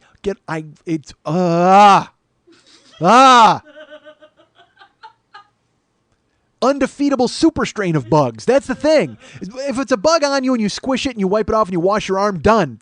That's fine. But this is an unstoppable army of super bugs who come to you in the night and drink your blood and then hide in your books. That's the thing. They get your body at night. They get your mind during the day because you can't educate yourself. You got to throw all your books away. It's a two-pronged attack from Thulsa Doom and his army of bed bugs. So I'm telling Karen, I'm like, look, we see the sheet and it says we've got to strip the bed, and set up the box spring and the mattress on the wall. We've got to take all of our clothes to the laundromat. We've got to dry them on high heat. We've got to take everything we own and put it out in the sun. So now this is truly my two worst fears coming together. The fear of bugs that use me as a host for their own life systems versus hard work. Because if there's anything I can think of that's worse than sleeping and having bugs drink your blood in the night, it's having to move and box all of your stuff up. And we have to do it with everything. And I don't even get the pleasure of a new apartment afterwards. I've got to bag all my shit up and put it in the sun and hope that Jesus heats the sun to the proper temperature to cook these bugs. And then I just got to go back into my same shitty bug graveyard of an apartment. So I tell Karen, I go, we got to take the whole house apart. And she's like, well, that's fine. We can do it. I go, quit saying it's fine. This is horrible. It's the end of times. So Friday comes and Karen calls the pest control people and leaves a message. They don't call us back, but they do email, like I said, that sheet that tells us what we have to do. So Friday, I should tell you this, Wednesday, like I said, I slept in the chair waiting for Orkin. Thursday, Karen slept in the bed. I refused. I slept in the chair for another 2 hours. There were no new bites. No, now that you're asking, there were no new bites. She was not bitten Thursday night. Friday comes, I'm trying to figure out what we have to do with all of our stuff. So we kind of start getting things ready in the living room. We start going through CDs and trying to because there's books. I get shit everywhere. And it's not like a slob mess. It's just things that you accumulate, and they're there. I don't have a bookcase, so my books are stacked on the floor. But now that means that they're close enough to fucking bug level to where now the bugs live in all of my fucking Chuck Palahniuk novels. And surprisingly enough, none of them are about bugs. So we start kind of getting the house prep, but not really. So I say to Karen, I go, look, you got to get garbage bags because we have to bag everything that we own. She says, all right, fine. So I sleep in the chair during the day. I sleep another 3 hours. I wake up and I'm a fucking zombie because I haven't slept now in 3 days, except for more than 3 hours, 2 hours at a time. And she's like, all right, I went and got garbage bags and we can bag stuff up. So I look, my wife went to the dollar store and bought green garbage bags. She bought 2 boxes of 7. There's 7 garbage bags in each box. We have to bag all of our possessions for 15 years and beyond that are in the house into garbage bags. My wife bought 14. That's not even one for each year of accumulated possessions. And I look at her and I go, you know we need more bags than this. She goes, really? I go, we have to bag all of the clothing from the closet. Everything we own has to go in bags so we can put it in the sun to cook and take it to the laundromat. Everything we own. Every book, every shoe, everything that's in this, everything that we own has to go into garbage bags.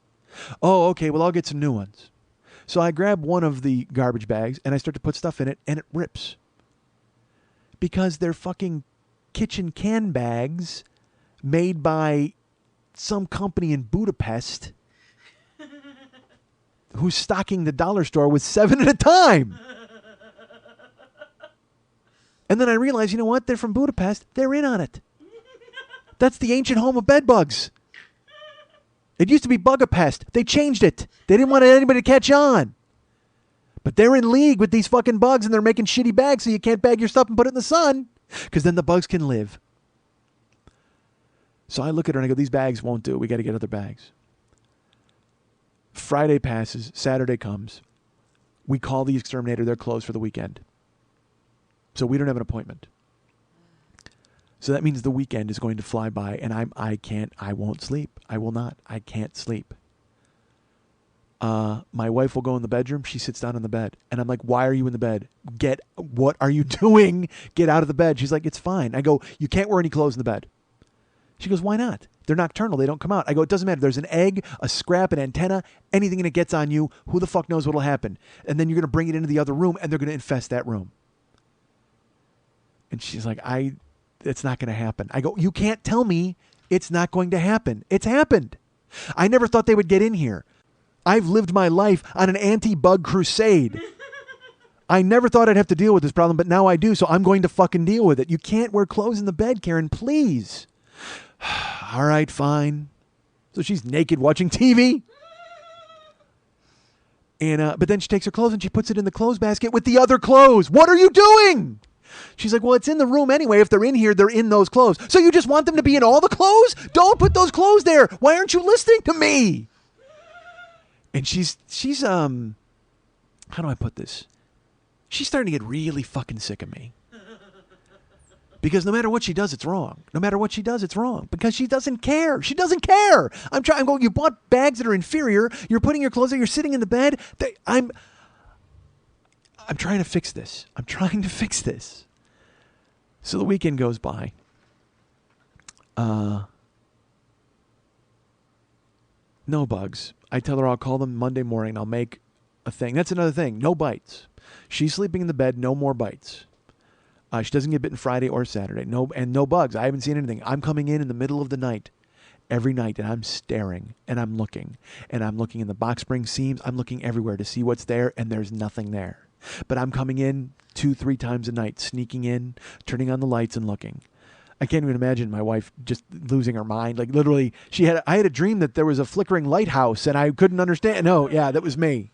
It was the SS Schmidt coming in to make sure there's nobody going to crash my Titanic with a bugberg. Bugberg, right ahead. Little Jack and Rose. Terrible what happened to those two. They went down on the bugberg. The bug-tanic. All right, so I keep going in and I'm looking. Nothing's happening. They're not open on the weekend. And then Karen continues to sit in the bed, and I don't understand it. And she keeps putting her clothes in with the other clothes, and I don't understand why she would want to do that. And she keeps walking in there, and I'm going, why are you sitting in the bed? It doesn't make any sense. You're going to be bringing the bugs into the other rooms, and then they're going to have to spray those rooms, and it costs us so much more money. I can't fucking believe you're doing this.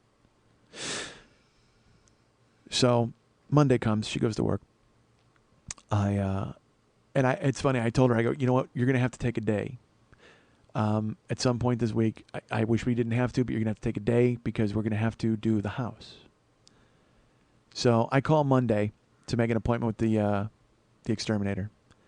And she's very nice on the phone. And I tell her, I go, I have bed bugs. She's like, oh my gosh, that's so terrible. I said, yeah.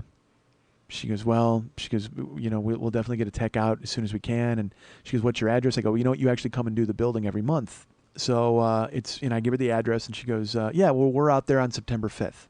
I go, yeah, I'm not waiting till September 5th. The bed bug problem is not going to wait. You need to come and check out my apartment. And she goes, well, wait a minute. We already have an appointment for you. I said, what? She goes, yeah, my tech will be there today at noon. I said, no, that's not correct. I go, I was told that my manager called you and told you about it, and we were told we had to make the appointment on our own. And she goes, well, she made an appointment for you. Our guy's going to be there at noon, and it's 10 a.m. when I'm talking. The apartment, we haven't done it. All our clothes are still in the closet. I mean, everything is still, and I just go, because I was going to make the appointment for hopefully Wednesday. I said, well, no, I need you to come on Wednesday. And she says, we can't be there on Wednesday. She goes, we're Wednesday, Thursday, Friday, we're completely full.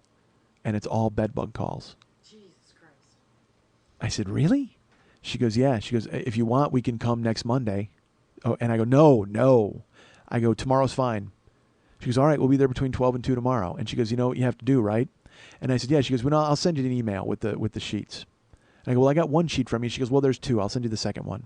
I said, all right. So she goes, do you want me to fax it over?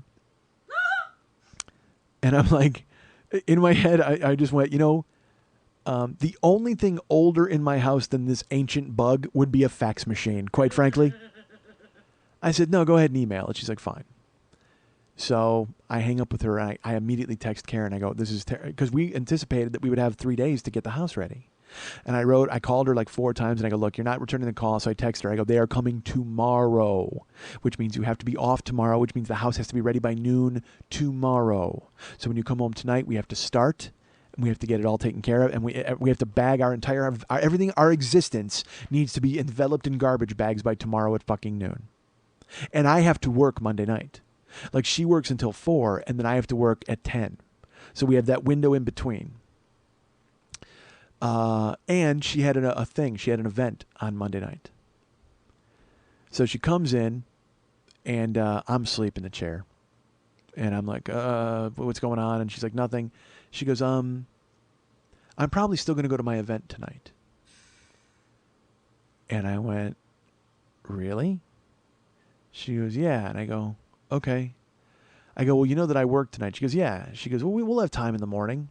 And I said, okay, so because I was hoping maybe we'd get a lot of it done tonight. We wouldn't have to worry about it tomorrow morning, and then you can go to work because our money situation, you kind of need to work. And she's like, well, but I still think I can go to this thing. And all right. I go, look, if you want to go, go. I go, I'm just going to sleep and try to sleep some more. But, I can't. That's fine. And she immediately became furious with me because I insinuated that she shouldn't go to this thing. So she didn't go. She was pissed at me the whole time, but she didn't go. But I'm sorry. I'm in a house with ancient bugs, all right? It's bad enough you leave me alone during the day. The only reason I'm still in here during the day is because they're nocturnal. Really, I have opened every shade and turned on every light, hoping that to fool them and make them know it's daytime, fellas. No coming out. So she stays home and I sleep, and then I fall asleep. And I've only been sleeping like 2-3 hours at a time, and I fall out, like I completely fall asleep. And she leaves. She goes outside to let me sleep, and then I wake up at 9. And I look, and the house is like nothing's done, and I just go, what happened? And she just goes, well, you were asleep. You need your sleep. And I go, yeah, but we need to get stuff done. She goes, well, I'm not going to work tomorrow. We'll just get it done tomorrow. I go, yeah, but did you do any of it tonight? And she's like, well, no, we'll take care. I go, Karen, why are you not taking this seriously? And she goes, I'm taking it seriously. We'll get it done in the morning. You said you come home at 6. We'll have it from 6 to 12. That's 6 hours. That's more than enough time to get done what we need to get done. And at this point, she's just pissed at me. You know what I mean? A, because she didn't get to go to her event. And B, because I'm so overwhelmed that I'm panicking at every fucking turn. I'm not kidding you. Every dot that I see on my leg, everything I see on a wall, I go, wait, don't move. And I get up real close and I look at it and I push it with my finger to make sure it's not alive. Because I'm freaked out. I can't live in a house filled with fucking bugs. But she can't live in a house with a guy who's buggy. You know what I mean? It's like this weird thing where we're at loggerheads. So... I'll tell you this too, because she kept telling me, she goes, it could be worse. It could be worse. I'm like, what do you mean it could be worse? How could it be worse? They could live in our faces. I mean, honestly, they're fucking bugs that live in our house and they drink our blood in the night. How fucking much worse could that be? They live in our beds where we sleep. They've stolen sleep from us. Don't you understand? She doesn't. I called Mex. Oh, I should tell you this, by the way, also. When I found out I had the bugs on Thursday, the previous week, I immediately called Lily. I go, there's no show next week. She goes, what? I go, there's no show. I go, it's a long story, but we're doing a clip show. I'll get you the clips and we'll figure out what we're going to do. But I'm telling you right now, there's no show next week. She said, okay, because I didn't want to come into her house knowing that I live in a bug house. I don't want to bring them with me wherever I go. Like I'm not kidding you. I spiral off where I'm like, I can never go stay with Mex again because I can't bring a suitcase into his house with his kids. My godson lives there. I can't bring bugs in. They're going to eat the blood of my godson. That's fucking horrendous. And everybody's like, it could be worse. It couldn't be worse. It could not be worse. If one survives and hops into my fucking suitcase and I go to visit Mex, he's got a beautiful home and I'm going to take it down from the inside with a bug spy that I brought from the West Coast. And it was my fault. I was the courier. I delivered the bug. I delivered the pestilence. I delivered the fucking plague to Pharaoh and it took down my godson's home. I can't do that. I don't want to come to Lily's house. She's good enough. She's kind enough to fucking listen to my show and edit it and have me as a guest in her home every week. And then I bring one bug who fucking eats the clown. That's horrendous. Oh my God. You ever try to put grease paint over bug bites? It's horrifying.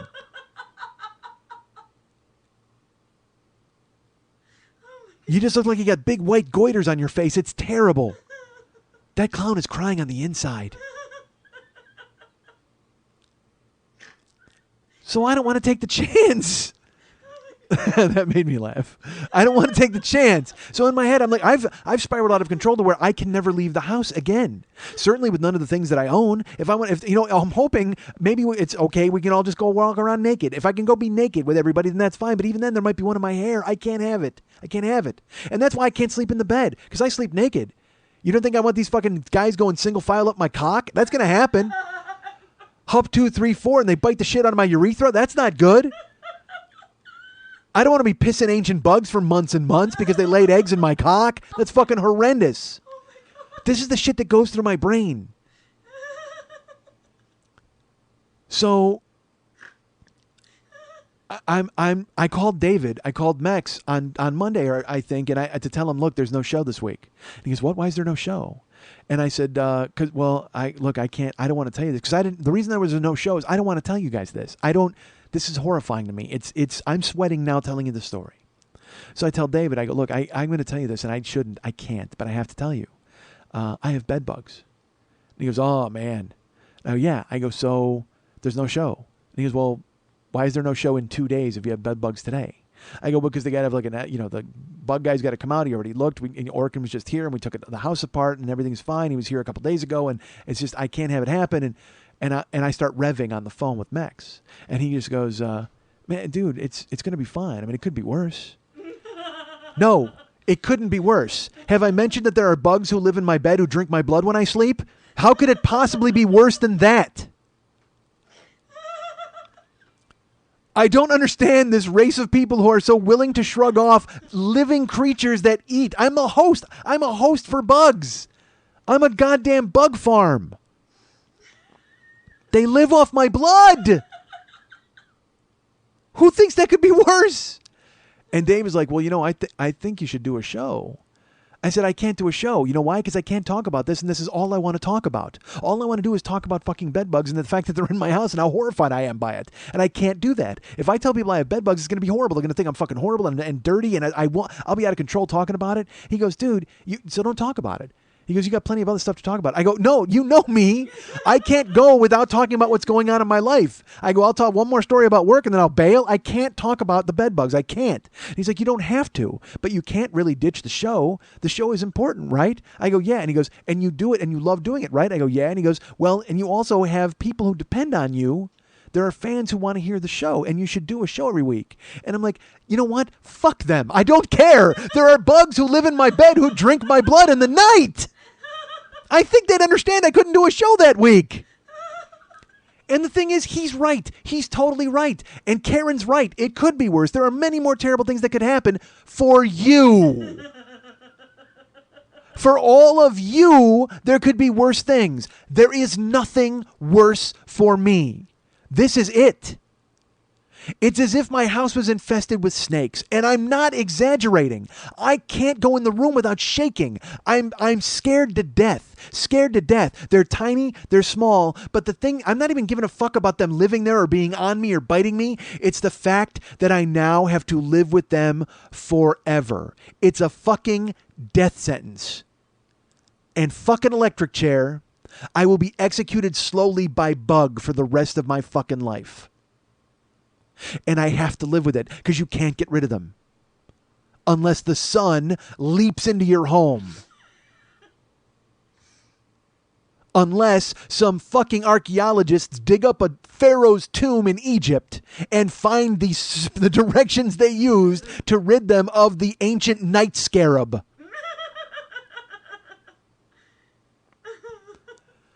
So I tell David, I go, dude, I can't. I go, it's fucking, you don't understand. All of my shit is going to be in garbage bags and my life, and it's like fucking hard work, and all of this stuff is happening, and I got to, and I'm losing it on the phone with him, and he's like, you got to calm down. I go, I can't. I go, David, I love you. You're my brother. You have no idea what I'm going through. None. Well, I don't know what your worst fear is, but imagine if it came to life. Imagine if it came to life. Imagine if you had bugs that lived in your kids' beds. Or your house was infested with them. I go, because now I can't ever come see you again. And he's like, wow, you're really kind of losing it. And I'm like, yes, I'm losing it. And he goes, well, just relax. It's going to be fine. You're going to get it taken care of. He goes, you know what? You can't just put the show off. He goes, if your roof was torn off your house, He goes, you would still want to do a show, right? I go, yes, because guys would eventually come and build a roof on my house. Guys cannot come and kill the bugs who drink my blood in the night. They're here forever. I can't get rid of them. And he's like, well, you know what? I disagree. But, we'll talk about it. And I go, well, look, if you can think of something else we can do, because I said, I'm doing a clip show. So if you can think of a fancy way to do it, a fun way to do it. So we had talked about maybe just doing a show that was all promos. And I said, I had that idea. And he's like, well, he goes, yeah, but, an hour of promos might get to be a bit much. And I was like, well, maybe. He goes, well, think of he goes, well, how are you going to do the show, the wraparound? I go, I'm going to tell Lily. I go, I can't go to her house. Because in my head, I can't go to Lily's house because if I bring one fucking bug here, again, we got goiter-faced clown in the other fucking room after 4 days. So I said, I can't do it, dude. And I'll tell Lily something. I go, but I'm going to have to write her a script because she doesn't like to talk on the microphone. And he's like, all right, well, I mean, whatever you want to do is fine. He goes, just tell me what we're doing artwork-wise, or if I can think, if you want me to do spots, if you want me to write a song, or you want me to come up with stuff, I can probably do that in the next couple of days. I go, well, put your mind to it. He goes, but, I really think you should still do a show. And I go, yeah, I can't, dude. I can't. It's not happening. And I go, you're not understanding what I'm saying to you. He goes, no. He goes, I don't think you want me to understand what you're saying because you're just saying the same thing over and over. And no matter what I try to do to help you with it, you won't stop repeating it. I go, because I can't. He's like, all right, well, keep me posted. So I cancel the show, tell Lily, and then Karen, I go to work, dread work on Monday night because I know what the fuck is going to happen. And I'm exhausted because I'm not sleeping. Monday night I slept 6 hours after having slept only 2 or 3 hours for the previous 5 days. So I slept in a chair for 6 hours. I got showered, went to work, dreaded it. Sat in the chair at work, by the way, and at work, there's all sorts of spiders and moths and all sorts of shit, and my legs are under a desk. And every time I'd be sitting there, I'd feel something on my leg under the desk, just like a breeze move the hair on my leg, and I would immediately jet the chair back and look at my legs to make sure nothing was on my legs, because I didn't want to infest that building with my fucking horribleness. And I keep checking my shirts. I look at my pants to make sure that nothing is hitchhiking with me on the way out the door. I know I sound crazy, but I am, and I'll fucking own it. So I get home Tuesday. Karen's up. She goes and gets her cigarette. We get dressed. And then we start the grim task of putting our life in bags. And the thing is that it is grim because everything looks like a body bag because it's those green bags, and you're not packing anything nice to move. We know that there's no end game here. There's nothing good about what we're doing.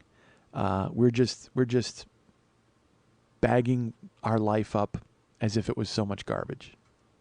So I go in the room, I take all my clothes, I put them in bags, and and by the way, I told you my wife bought 14 bags. Well, over the weekend, then she went and got 38. Two boxes with 38 each, and these were like you couldn't tear them; they were really strong. So I bring those in the room, and just for my clothes, jeans, shorts, socks, all the shirts I have, my suit, blazer. It was fucking 12 bags. Then she has to do her side of the closet, so she's doing that. In the meantime, I'm moving the TV. I throw away the nightstand that's made of wood.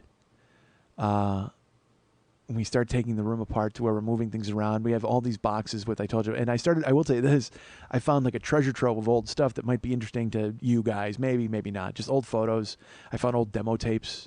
I found all these old check stubs from when I was doing the road and like fucking posters with my name and ridiculousness. So it's like, I look forward to going through those boxes. I don't look forward to being, seized by bugs as I do.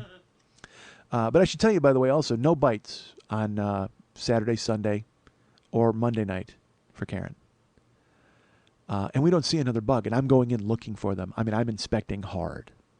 So now we're in the bedroom, and we have to lift the mattress and the box spring off of the frame and position them against a wall. Oh, and I should say this. They sent the 2 sheets, the exterminator. One of them has explicit directions on what to do. Take your clothes, do this. Go to a dryer, do this. Wrap everything up in plastic, blah, blah, blah, all these different things. Basically, just the end of your life. But then the other sheet is a cartoon. It's a cartoon. It's literally, I don't know if it's because there's so many bilingual people in here, but there's the sheet with all the explicit instructions, and then there's a stick figure cartoon who has to put mattresses up and then grabs her kid and a dog and walks outside while the bug house is getting sprayed. It's like a 6-panel cartoon of the end of your life. It's so terrible. So, Oh my I kept laughing about the cartoon. Maybe I'll fucking throw it on Facebook. It made me laugh. So we'd start breaking down the room. And I will tell you this, the good news is I thought everything in my house had to go. The woman from the exterminator said, no. She goes, you don't have to bag up furniture. You don't have to bag up CDs or books. She goes, that's fine. And also, these guys aren't doing the living room. They're doing exclusively the bedroom. I said, why aren't you doing the living room? She goes, they don't live in the living room. She goes, where have you seen them? I said, I've seen 2 in the bedroom. She goes, they're only in the bedroom, if they're there. I said, I've only seen 2. She goes, well, that's good because we're getting them. There are houses that are infested. She goes, did you see them in the couch? And the Orkin guy went through the dining room. He went through my big overstuffed purple chair, every chair with a fucking fly. She goes, he saw nothing. I go, no, I haven't seen any in the dining room. I go, but my wife sleeps in the living room or in the bedroom, in the bed. And then she walks in the living room. Do you think they're on her? She goes, nah. She goes, they don't do that. That's not how they travel. I said, how do you know how they travel? She goes, well, just the experience of us working with them. She goes, but there are no guarantees. So they could do that. They could ride on Karen's hair from the bed. They could walk single file into the living room just because they're bored of the bedroom. I don't fucking know. I can't get into the brain of these bugs because if I do, I won't like what I see. You know why? Because they drink blood in the night. I'm surprised we didn't stumble upon just like some fucking hidden cache of tiny, tiny coffins. The fucking Thulsa Doom bug is married to Suki or whatever the fuck her name is. Oh my god. So we start bagging the shit up. And I'm micromanaging it. I won't lie. Because Karen is... She'll take... She takes clothes, like a bag of clothes, and she fills it, and then she throws it on the box spring. I'm like, what the fuck are you doing? And she's like, what? And I go, you can't put stuff on the mattresses because you're taking stuff out that might have bugs, but there are bugs in the bed. You can't mix. Fine, Michael. So she takes the bag and she pulls it out. She takes more clothes out, and without putting them in bags, she puts them on the bed frame. What are you doing? And she goes, what? I go, you can't put them on the bed frame. The bed's box spring, that's where the bugs live. They live in the bed. Bed bugs. It's in their fucking title. And she's like, I can't handle this. Do you want to do this yourself? And I go, I might have to. You don't take it seriously. Because and I told her, I go, you know who you are? You're fucking John Travolta in Pulp Fiction. That's who you are. You got fucking blood all over you, and the 2 of us are in the bathroom, and you're getting blood all over the fucking sheets, and you don't care. You're getting blood on the rag, and you're like, I washed my hands. I go, I saw you get them wet. It's behavior like this. It's shit like this. It's going to bring the situation to a head. Maybe you don't understand how explosive this Bonnie bug situation is. What the fuck? Stop putting clothes on the bed or on the bed frame. They're bed bugs. And my wife walks out. And I don't blame her because she's not wrong, sort of. But again, I can't explain to you enough. This is my worst fear come to life. Assuage me a little bit. Concentrate a little bit. Act like you care that it's driving me insane. Please, please, before I scratch all of the skin off of my arm to the bone. I'm freaked out. A little help. But she said it could be worse. Meg says it could be worse. So she walks out, and I bag whatever I can. And then she comes in with the vacuum finally, and she bags more stuff. And I grab the hangers, and we got to move the mattresses, and then we got to move these fucking boxes. And it's just, again, it's moving without the pleasure of having the new apartment afterwards. So the bed frame is in the center, and it's a canopy bed. And I said, we got to take apart the bed because they could live in the pipes. So she goes, all right. So I take apart, you got to get an Allen wrench and take it all apart because, again, it's a fucking canopy. It's really nice. I take the top part off, and in the pipe is like spider web. And I look at it, and I'm like, oh, my God. And Karen looks at it and walks up to it and leans over and just goes,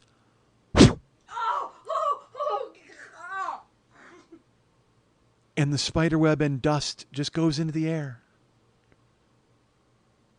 And I'm standing there, and I look at her, and I go, why? She goes, what? She goes, it's a spider web. We had to take it. I go, That could be an egg sack. You don't know what the fuck it is. It could be, I don't know what bed bugs build.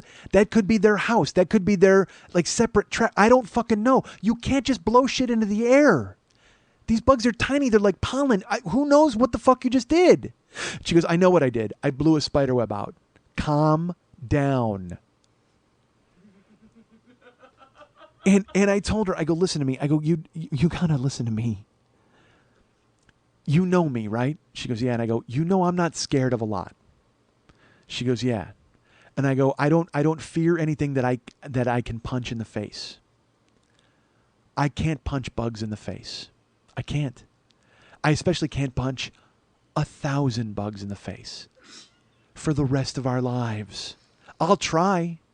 I'll fucking try to punch the shit out of these bugs for the rest of my life. Because I guarantee no matter what the fuck happens, every dot, everything that's on me, I'm going to look at cross-eyed. Everything. I go, but please, just listen to me. Do what I'm asking you, please. And she's like, fine. And she's fucking sick of me. Sick of me. I can tell. Because she keeps laughing at me. Anytime I'm like, no, don't put your shoes there because that rug is... And she just starts cracking up. And I'm like, why are you laughing in my face? She goes, because this is ridiculous. I go, there's bugs. I go, you know what? Why don't you care? You're the one they eat. You're the one that they think is delicious. Look at your arms. Look at your arms and laugh at me. You look like a fucking junkie. There's bumps and tracks all the way up your fucking arms. You've scratched them into scabs. She goes, but it's going to get taken care of. I go, how do you know that?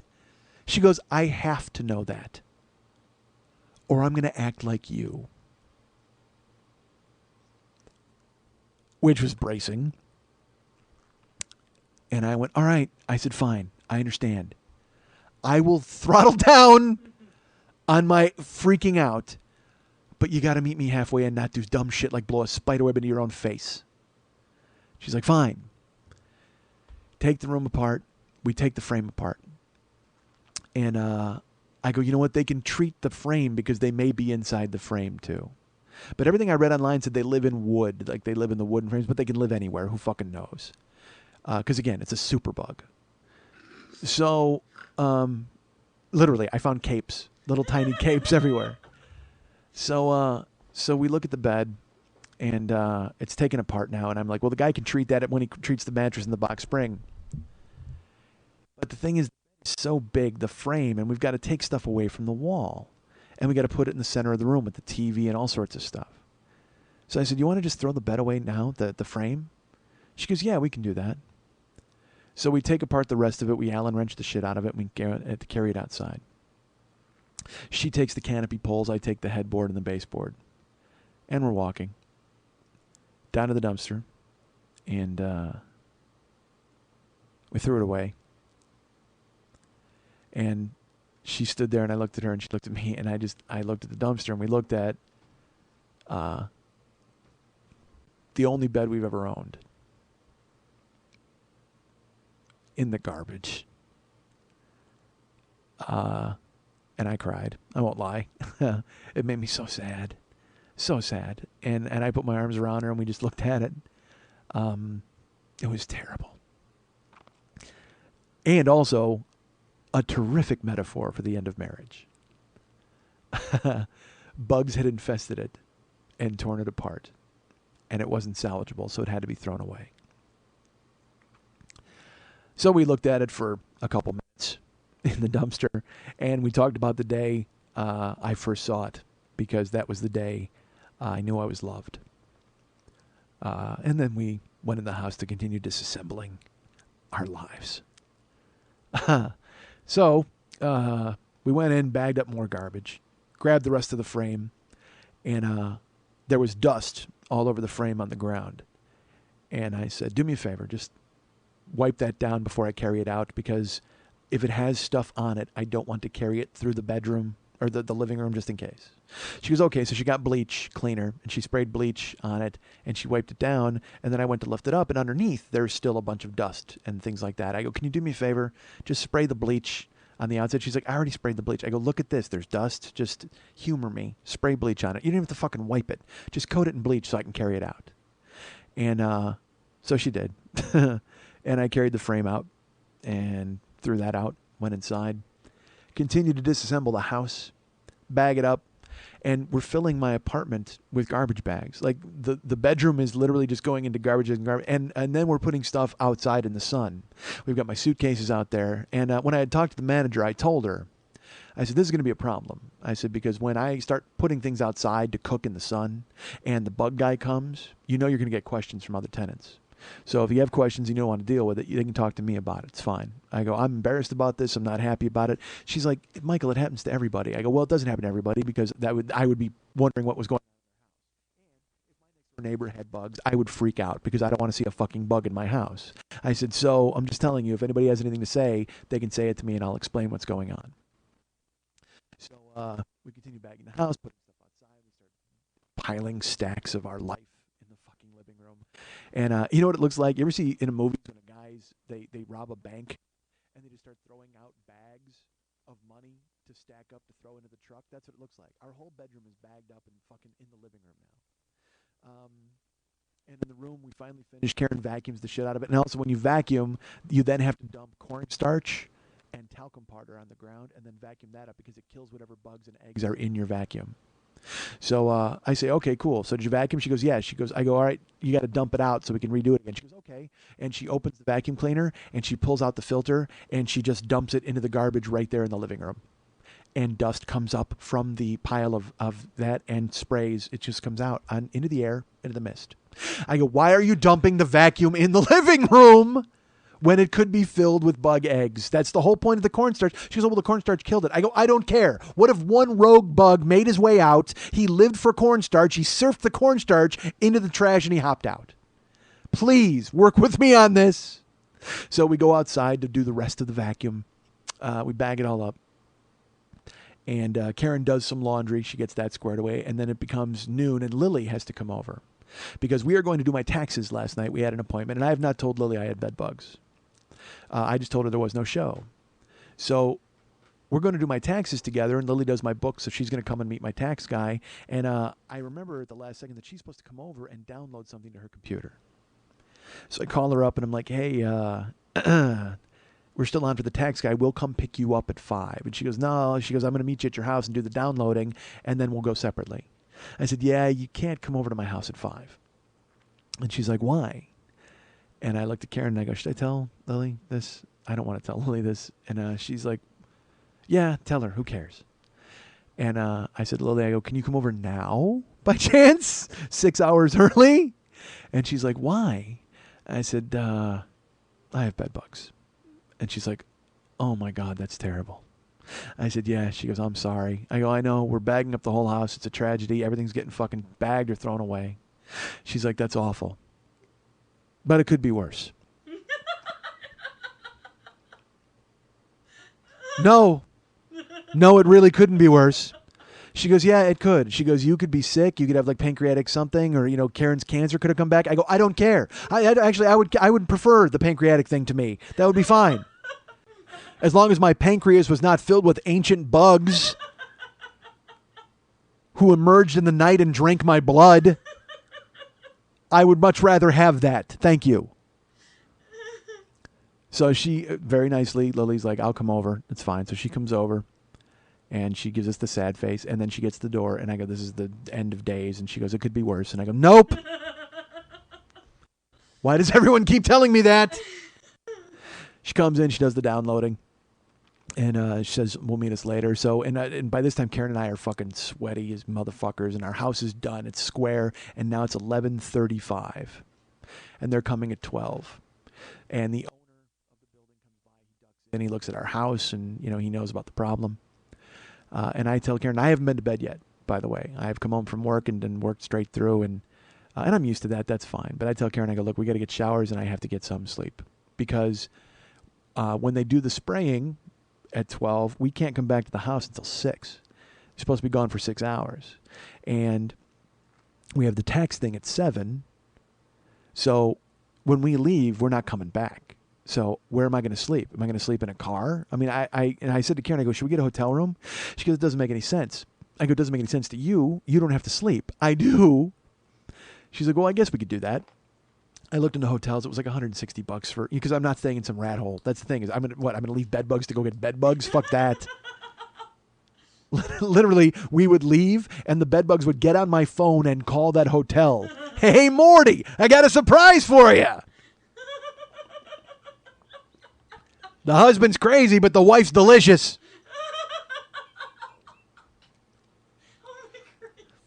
So we decide against the hotel. We get showered and dressed and everything, and it's right around noon. I sit in the chair. Karen goes on the computer, and we just wait for the guy to show up. And they said between 12 and 2. So 12 turns into 1, and I'm fitfully sleeping in the chair. And I should tell you, it's 105 degrees here. We had the air on, which is fine, but I'm just saying, outside it's a fucking bear. Luckily, the sun has decided to amp up and cook some of my stuff. So 1 becomes 2. They're not there. 2:15, my phone rings. It's the building manager. She says, hey, they just called me, and they said that they're running late. They will be there by 3 o'clock. I said, okay, I can live with that. I just go right back to sleep. Try to, anyway. Karen finishes the laundry, and I have stuff that I have to hang up. And it was perfect. We used to hang it on the canopy bed. Well, now she's got it hanging in the bathroom on the shower thing. And then there's also these long shoe trees. Shoe trees are on the ground and they have like metal. Karen has these duffel things that hang from the closet with shoe compartments all the way down. So there's like 15 on each. So she washed those as well because she had to wash them. She's got those hanging in the bathroom. So I sleep. 3 becomes 4. 4 becomes 4:15. They're not there. It's supposed to be there between 12 and 2. And they have to exterminate today. They have to, because they can't come today. Wednesday's a podcast, which, by the way, I wasn't doing the show. I had canceled the show, and then Karen convinced me. She's like, you got to do a show. Because Karen, she kept looking at me and go, don't you dare tell anybody about this. And I go, you think I want to tell people? Are you fucking kidding? I'm not happy about it. But then she came around at some point because she kept laughing at me and laughing in my face. She's like, you got to do a show. You have to do a show. Yeah, she's like, and if anything, it meant I wouldn't see her for 5 hours. She's like, just get the fuck out of the house and go do a goddamn show. I don't care. So I told Lily, and that day, yesterday, I finally said, I guess I'm going to do a show if you haven't made any plans for tomorrow. She goes, nope, we're good. I said, okay, fine. So 4:15, Karen calls the exterminator, and they go, look, he's on his way. We're really sorry. They're slammed with calls today, with bed bug calls, literally all bed bug calls. So right around 4:30, I'm still I'm on the couch or on the chair, and Karen comes and she says, he's here. So Karen comes in the house, and he's outside, the Fernando, the bug guy. And my neighbor, Lou, the racist bartender, walks up, and he sees the bug guy outside, and he goes, oh, what the fuck's going on here now? And Fernando goes, oh, yes, we have to spray in apartment 8. And he goes, oh, great. Now you're going to spread their fucking roaches over to my fucking apartment? That's great. And it was all I could do not to get up and murder him. Because I knew this was going to happen. People were going to think we are dirty, that we have roaches, that we have bugs, that we have anything in our fucking house. And I wanted to kill him. I wanted to fucking kill him. And Karen heard it. And said, did you hear that? And I thought I had heard it. And I go, yeah. And I went to get up. She's like, don't. It's fine. I go, I'll take care of it later. I go, it's fine. I'll take care of it later. Because right now I just got to get the fuck out of the house. So Fernando comes in. He's like, oh, so sorry. I'm very sorry not to come here early. We so many bed bugs. He's just a really soft-spoken, nice, gentle man. You would never know he was the perpetrator of the bug holocaust. Oh, my God. So he comes in and he's got fucking, the outfit, the gloves and the fucking mask and all the shit. And we're like, you want a water? He goes, oh, yes, that would be delightful. Please, a water. So we get him a water and he takes it and he chugs it. Like he chugs like the entire container of water. And I saw him. He must have been thirsty and parched from killing all day. So he's like, oh, yes, it is very bad. So now he's like, I think the water cleared his throat, by the way. I'm doing a terrible Fernando. And he just goes, oh, yes, it is very bad. So many bed bugs all over. And I go, yeah, I don't know what happened. He goes, it could come from anywhere, from store, from airplane or travel, anywhere. And it's so funny. Every time someone would come by, the Orkin guy, the woman on the phone, I constantly look for reassurance. I go, well, we only saw 2 bugs. Like, is that okay? Is that good? Like, I'm waiting for them to tell me, yeah, there are no more bugs. And he goes, oh, it's okay. That's very good. He goes, it means that there's not more, because I see them on the walls and on the floors, all over. Oh my gosh, all over the place. The beds, the children. He's like weeping openly at this point. Oh, the children. Do you not know that there are bugs that come out and drink their blood in the night? I know, Fernando. You're the only one who understands. So I go, well, there's a 7-year-old boy here who would really like your help. So he comes in, he goes in the bedroom, and he puts the mask on before he's even spraying, and he looks, and Karen goes in there with him. And the best part was he was like this really nice, gentle soul in the living room, but then he goes in the bedroom, and he puts on his fucking game face. Like, he puts the mask on, and he gets in there, and he's looking around, and Karen says, like I said, we've only seen 2, and we don't see any more. And he turns around, and he looks at Karen, and he goes, oh, the bugs. They hide very well. So he was like gentle Fernando who needed a drink of water. He gets in the bedroom and he's fucking Bug Zorro. It was like goddamn awesome. Oh, the bugs. They hide very well. So he's peering in the fucking box spring and he's looking at the mattress. He's like, oh, we will take care of it.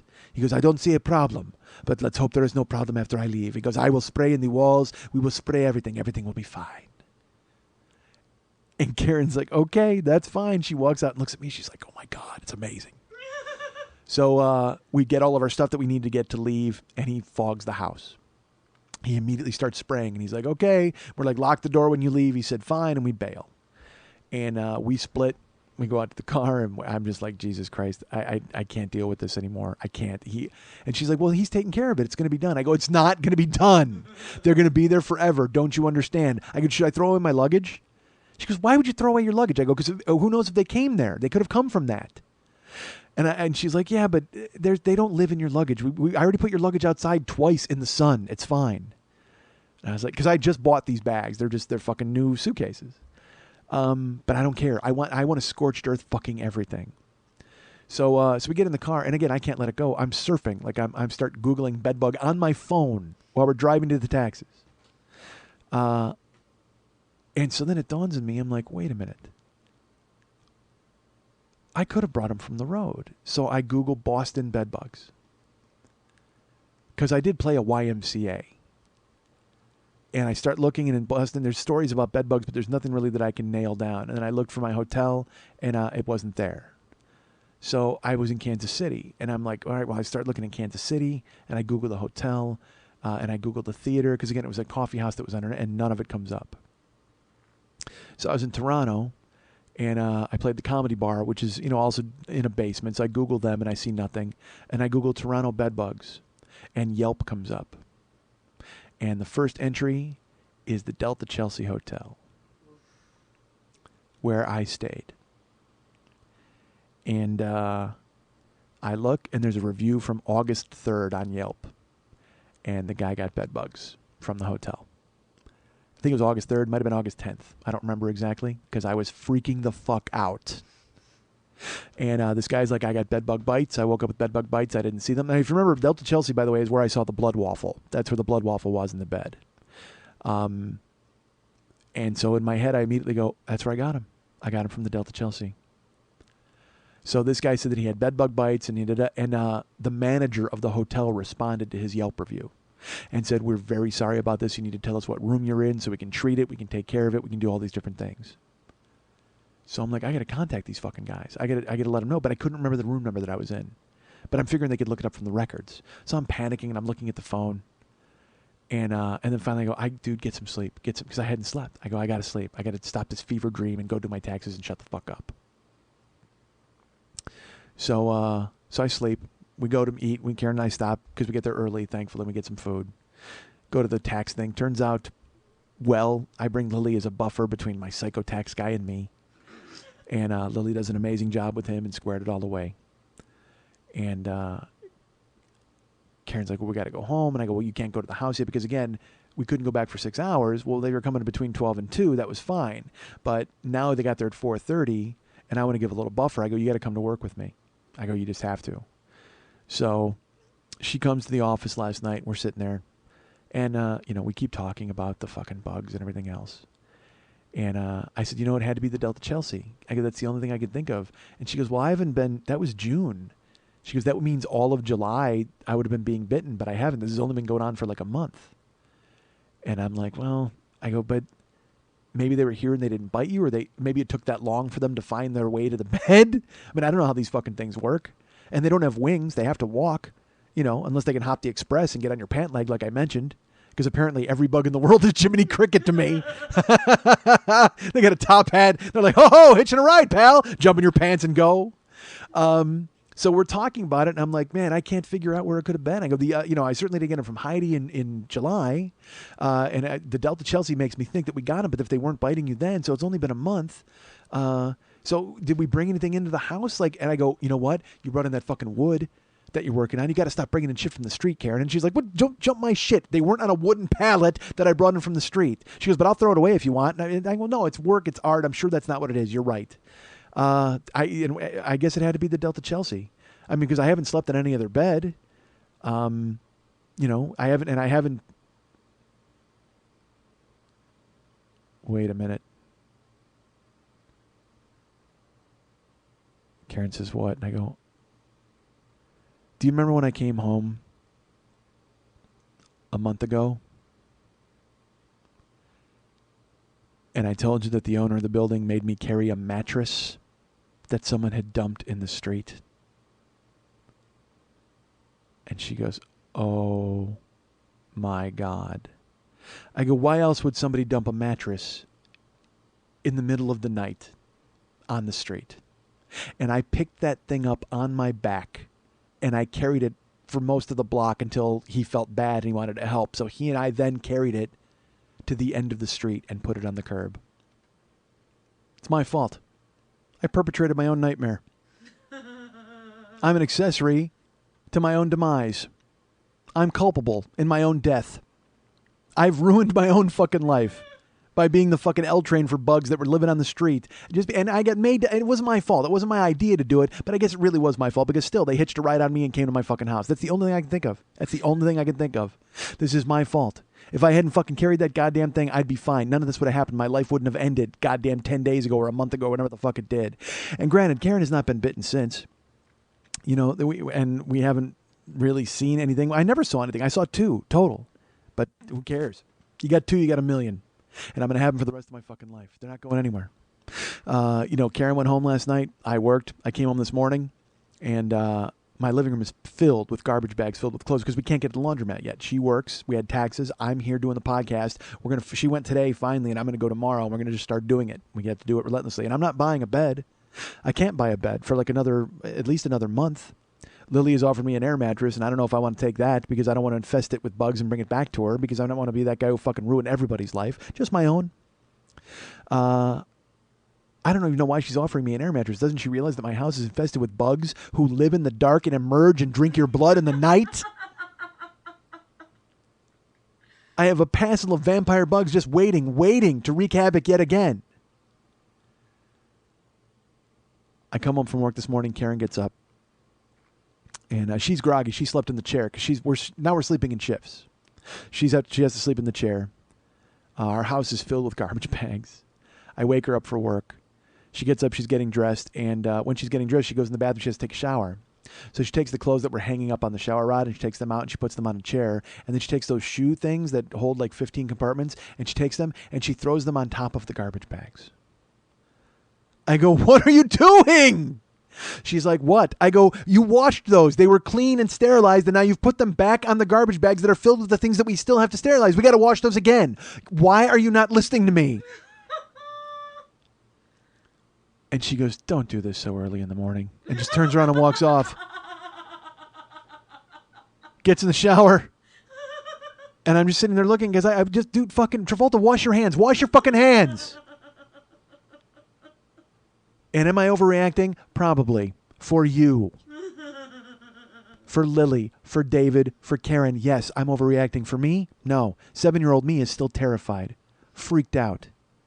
Because I got a house full of garbage bags with all of my clothes in it, which I now have to take to the laundromat and inspect every single garment to make sure nothing's on it when it goes in the dryer and nothing's on it when it comes out of the dryer. I got to shake them out. I got to fold them. And eventually my life will get back to normal. Eventually my house won't be filled with garbage bags full of my own possessions. I can unpack my life. I can even go back into the bedroom, maybe even buy a bed.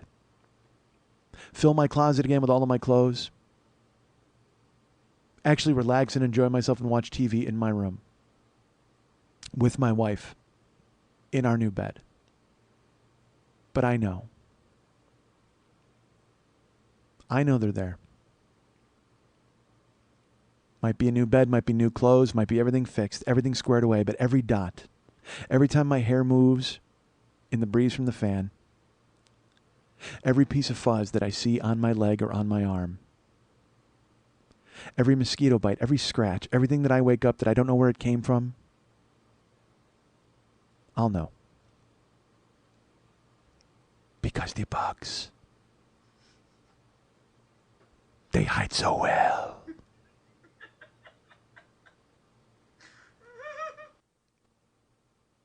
You guys can get me at Mike at MikeSchmidtComedy.com. You can be my friend at Facebook.com/the40-year-old-boy. You can follow me at Twitter.com/the40-year-old-boy. You can follow our friend Lily Von Stupp at 2 different Twitter addresses, Twitter.com/MNTs and Twitter.com/Lily Von Stupp. You can be her friend at Facebook.com/Lily Von Stupp. You can be our friend David Mex Hernandez's friend. I don't call him that. That's his Facebook address. Hey, hello, is David Mex Hernandez there? That's our friend, Facebook.com/David Mex Hernandez. You can go be his friend on that page. He does all of the artwork, and he tries to keep me sane and centered. Even though I won't let him a lot of the time, but he tries. And if you want to write Lily a personal note and find out just how many malted milk balls she can jam into her mouth at once, you can write her at Lily@burlesque411.com. That's Lily, Lili, at burlesque411.com.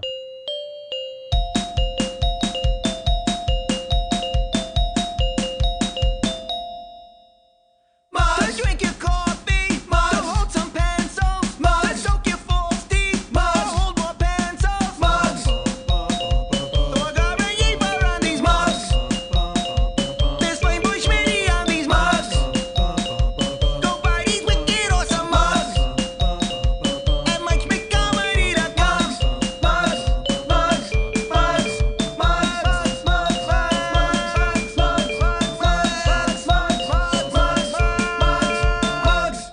Want to remind you folks about the 3 clubs on Santa Monica and Vine. It's the Monday Night Teas every Monday night at 10 o'clock p.m. The longest running, most successful, hottest burlesque show in the history of Los Angeles, California. I'm lucky enough to know a woman who has put that show together and kept it running solid for at least the last 5 years. She is my good friend and producer of this show. Her name is Lily Von Stupp. Hey, Lily. Hi, Mike. How are you today? I'm good. Fantastic. You look hot in your little black tank top. Very impressive. Thank you. Certainly. Nice Hair and up, my glasses on. hair up, glasses on, impressive shelf. That's what I like. Wait, I'm sorry. What, something else? There you go. You need a shoe to dangle off your foot. That'd be amazing. So how was the show this week, Lily? Spectacular. Really? Yes, it was pirate-rific. Arr. Yeah, it was a pirate show with Doc and Stumpy. Yes.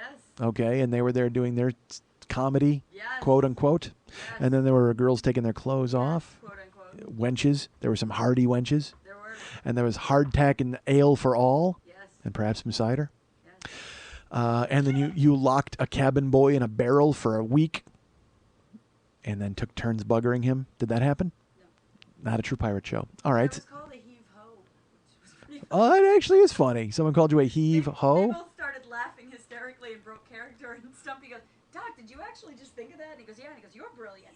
Okay, back to the show. Oh, wow. Pretty funny. All right. Yeah, a heave-ho is actually Stupid funny. heave-ho. That's terribly funny. Terribly. I don't know if terribly is a word I'd No, use. terribly. Terribly. Terrific. Who is there this week for the teas? This week coming up, I have Snapper and Buddy hosting, and I can't even tell you who's performing. There's like eight girls. Is it a theme show? No, it is not. But it's an amazing show. Oh, Madeline Sinclair is performing. Sheila Starr is performing. They're all just popping into my head all of a sudden. All right. Stellar cast. I'm really excited. Are you performing? I'm not. Are you hosting? Besides Snapper and Buddy? Are you in the house? I will be there, yes. That's good. Dressed up? Yes. Or are you dressed down? Dressed down for the occasion so as not to be recognized. I'll be dressed nicely. Good. It's exciting. It's what I call a Monday. Lily Bunched Up running the Monday Night Teas. Tickets available at brownpapertickets.com for our friend Lily Bunched Up. And also, please don't forget, make your plans now for November. I think it's November 19th, or is it the 26th, or is it the 12th? 12th, I think. Okay. Probably November 12th. That's when the Prince show will be. And it's going to sell out, of course. And there will be standing room people out the door. And there will be a Morris Day, probably. I know I will be there in the audience, hanging out and enjoying the show. That'll be exciting. And looking forward to it. So it was a great show last time. Once it's back on sale again. And there's theme shows coming up. Like there's a Halloween show and all sorts of stuff, right? But you're not doing a scary monster Halloween show. No. You're doing just a regular type thing. Yeah, good. But you love doing the club. Aren't you going to do the club up a little bit? No, because I don't have. Oh, that's right. Halloween, so I don't. Yeah. That's true. So, well, who cares? Make plans. Come out to the Monday Night Teas. Any Monday night it's open. Go to brownpapertickets.com for tickets. Go to MondayNightTeas.com for any and all information about coming shows. And, again, if you want to write Lily a note, you know the address, right? I mentioned it earlier, probably. You can go to Facebook.com/the40-year-old boy to be my friend. And go on my wall and see a kiss picture that was put up there that's horrifying but awesome. Go ahead and be my friend at Facebook.com/the40-year-old boy. And also there are plenty of pages to bring me to town. There's places like Detroit that want me to come to town. And Texas, San Antonio, there's a page there. London, all these places exist. I understand today was the advent of the Bring Mike Schmidt to Montreal page. So if you want to bring Mike Schmidt to Montreal, Canada for some smoked meat, go ahead and sign up on that page. I will make it live later. There was a guy named Michael who went ahead and put it together. And that was cool of him. I just saw it here while I was sitting here. So I'm looking forward to going ahead and checking it out. That'll be fine. So bring Mike Schmidt to Montreal. Bring Mike Schmidt to London. Bring Mike Schmidt to San Antonio. Bring Mike Schmidt to Detroit. All of these pages exist. As I yawn a little bit there, I just yawned. Should we take that back? Did you hear it? Did you hear my yawn? It was terrible. I fought off the army of yawns. The zombie army of yawns came back. Why are you laughing? Did you look up the Kiss picture? I think it's a great idea. Kiss has a new album coming out called Monster, and some guy put together a cover that's like all four of their faces stitched together. It's fucking genius. Yeah, it's a good look.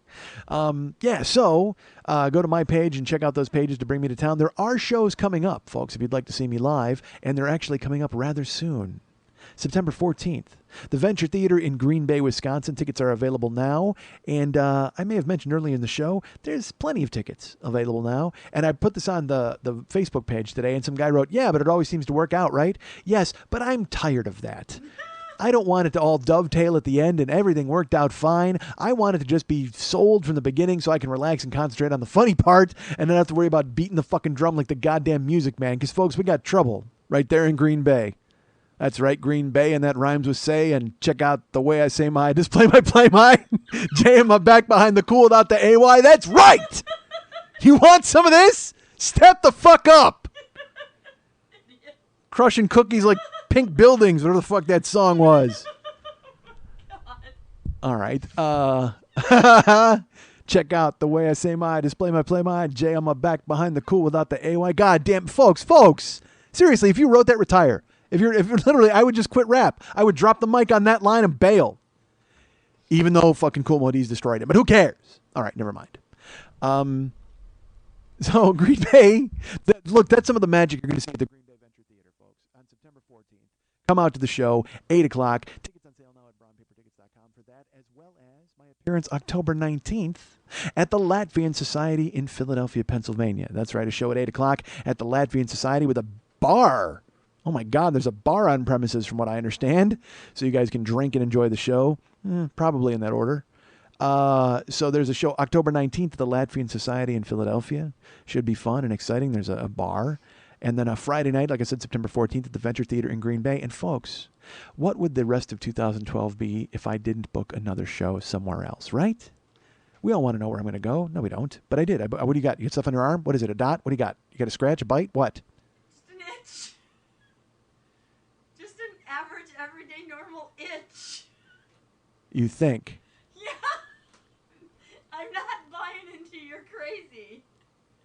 All right. Oh, she scratched her arm, folks. That's where it starts. Next thing you know, Dustin Hoffman's in a hazmat suit on TV telling you to look out for a monkey. You know what? Maybe it was BJ and the Bear. That's who brought these motherfucking bugs to my house. There's always a monkey, folks. There's always a patient zero monkey who takes care of all of this. You fucking outbreak, there's a monkey. All right. Contagion, wasn't it a monkey? Did I see? I didn't see that movie. Oh, it was Gwyneth Paltrow, same thing. All right, so. What the fuck? She looks like a spider monkey. She looks like a gibbon. Gwyneth Paltrow's freaky. All right, so. Folks, I'm coming to your town. Maybe, if your town is St. Louis, Missouri. What? That's right. November 16th, Friday at the Soulard Hall in St. Louis, Missouri. You know what? It's funny. My friend Jimmy Pardo did a show at the Soulard Hall, and he came back with glowing reports about said building. I contacted them. They were really quick about getting back to me and making a proposal. I countered. They accepted. Boom. Done. Friday, 8 o'clock, November 16th at the Soulard Hall in St. Louis, Missouri. Come one, come all to the Soulard Hall. It's awful. Because I was trying to find a way to squeeze Way in there. I was like, how does Way rhyme in there? Way. Jay on my back. So yeah, St. Louis, I'm coming. That's great. You guys started a page, and it's funny. I know Detroit's going to be furious at me, but you know what, folks? If your fucking city wasn't a bombed out crater that the fucking Mars Curiosity should be driving around and sending pictures back of, then I could get to your town. Nobody returns a call. I call places. And by the way, I put out the call last week to Detroit for alternate venues, and I thank you. I've received some of the people who've sent me emails. I am in the process of contacting those people. I want to make Detroit work, and I will. I promise. And I know you've been on the list a long time, but nothing I can do if I can't find a building. So I'm trying. But St. Louis, I found a building quick. And I'm hoping that people will come from Illinois and surrounding areas because, believe me, I don't have enough fans in St. Louis to fill the fucking joint. I don't have enough fans in St. Louis to fill the Facebook page. I think I've only got like 10 likes on that page. But for some reason, I had faith in you folks, and I stepped out. And it didn't hurt that the second theater I contacted said yes. So St. Louis, there you go. Friday, November 16th. I will come to town, and then I will hang around, and we'll go to the Jets game on Sunday, the 18th, right? That's what I do. I waste my money by hanging out in a town for 3 extra days to see a football game. God damn it. That's probably not happening, but who cares? I'll be there September 16th. Or November 16th. Do you remember? It's November 16th, the Friday at Soulard Hall in St. Louis. Tickets available now at brownpapertickets.com for Philadelphia, Green Bay, and St. Louis all together. Individually. Actually, not all together. You cannot buy, there's no combination ticket for all three cities, although I will offer one if you're interested. And guess what? I know you're not. Because with the ticket sales the way they are now in Philadelphia and Green Bay, I can't imagine anyone was sitting around going, if only he would put together a hat trick. That's what we'll call it, a Schmidt hat trick. If he was just going to have a 3-city thing, because we'd love to see him in Philadelphia. We want to see him in Green Bay. Hell, we'd see him in both places, but only if there was a third anchor leg to the tour. Well, guess what, folks? St. Louis is now on board, so you can finally live out your dream. Dream seems strong. And you also can't live it out because I'm not offering a combination ticket package. That's weird. You got to buy individual seats for all the different shows. Ha! Take that. So you and you're sitting around planning. Look, you outsmarted yourself. Now you got to buy individual seats for all these shows. Or one, or any. Please buy one. Buy a ticket. That's my point. So again, Venture. Jesus Christ, I'm in Ventura. There's a Venture Theater in Green Bay. Latvian Society in Philadelphia. Soulard Hall in St. Louis. All available at brownpapertickets.com. Please remember, if you'd like a Comedy Film Nerds book that I was happy to write in 2 chapters, you can go ahead and order it through Amazon.com or ComedyFilmNerds.com. Contact them. If you want an autographed book from several members, and also me, I just went and signed more books for Chris the other day because some of you are requesting me. Thank you. That's very nice of you. Tell them specifically you'd like one that I signed, and they can come through for you and get one, or just order a book. I mean, the book itself is fun. You know what? Even if I didn't autograph it, there's a million other words in there that I wrote. So you'll go ahead and read those, and it's fun. So that's available at ComedyFilmNerds.com or at Amazon.com. Please remember that the LA Podfest, I wanted to get I fucked it up. The LA Podcast Festival is in October 12th, 13th, and 14th. You should go there and check that out. There are tickets available now. There are tickets for the entire weekend. There are room packages available for the entire weekend. And then there's individual passes available for certain days. I think, again, the schedule keeps changing, and it will probably change in the future. But right now, I am back-to-back with Never Not Funny in different rooms, but still it's happening. And then I think I'm on a storytelling workshop head-to-head with Never Not Funny right when I'm finished. but I don't know. Again, the schedule's changing so much. October 12th, 13th, and 14th, there's a big, I guess there's like Sam Tripoli's Naughty Show and a bunch of dirty shit on Friday night. And then Saturday, of course, is huge. And Sunday, I think I'm on Sunday, right? I think. Right now, I will keep you posted. And you can also go to lapodfest.com for any news, any changes, any additions, any subtractions. Go ahead and check it out. And again, get your tickets and your room packages via lapodfest.com as well. Go to the website, MikeSchmidtComedy.com, and go to the Joe Business page. You can get tweakedaudio.com/40 earbuds, which someone just bought yesterday. Thank you. I appreciate it. Tweakedaudio.com/40. You can get the audio erotic, I should call them that. Audio erotic asphyxiation earbuds. There you go. I just invented a whole new genre of masturbation, folks. Go ahead. There's a whole new subcategory of jerking off. And also cock ring watches are available. Please throw those on as well. So if you have an appointment, you can get a quick jerk off in before you make it there. Perfect. Done. Also on that page, you can go to Zazzle and got the mugs, the tweaked, no, not tweaked mugs. There's the Fireboy mug. And then, of course, there's the Thorgar and Yeep mug available right there from Zazzle.com. The link is available at MikeSchmidtComedy.com on the Joe Business page. Also, remember the T-shirts are available, Red Boy and Scar Panda. Artwork, original artwork for the show is available, either the Explosion of Ids or actual artwork from the show itself. And that will be autographed by myself, our friend Lily Von Stupp, and our friend David Mex Hernandez at Facebook.com, if I have to call him by his full name. And what else do we sell on that site? Amazing things like download sets. Jesus Christ, folks. It's 11:30. I'm exhausted. There wasn't supposed to be a show this week. It was supposed to be a clip show. I called, I tried, I canceled. And then everybody cajoled me into doing one. And aren't you glad I did? 9 million hours later? I'm sure you guys are still scratching your arms. So there's the download sets available. Year 1, Year 2, Year 3, and Year 4 are available individually, or you can buy them together as part of the Podcast of the Caribbean set, and that's 4 for the price of 3. And that's Curse of the Black Schmidt and the 2 Schmitties. And, the 2 Schmitties was last year. God damn it, I'll remember these, I swear to God. On Stranger Schmitts, on Schmitter Tides, I don't know what they're called, on Stranger Schmitts. I'll look it up. I'm sorry. And then there's the donations. You can go ahead and donate to the show. Upper left-hand corner on every page of MikeSchmidtComedy.com, there's a little Schmitty pocket out. Click on that, make a donation. You can donate an individual amount, one-time amount, thank you so much, or $2 a month, $5 a month, $10 a month, or $25 a month. Thank you so much for everybody who signed up for that. I do appreciate it very much. Keep the show alive and keeping my accountant paid, as we saw yesterday. And we went and he told me how much tax I have to pay to the state and to the federal. I owe money, folks. So go to MikeSchmidtComedy.com and check all that out. All that cool stuff. And there's other pages there that are fun. Check out my bio page. Because after 4 hours of me talking, God knows you need to know my history. Of course. Also, you know what I've forgotten to address? And I've forgotten to address it for a few weeks now. Portland. Hey, Portland. I'm coming to you next week and doing the Warrior Dash. I'm supposed to be there on Friday. Right now, that is still scheduled. I will talk more about this at length next week.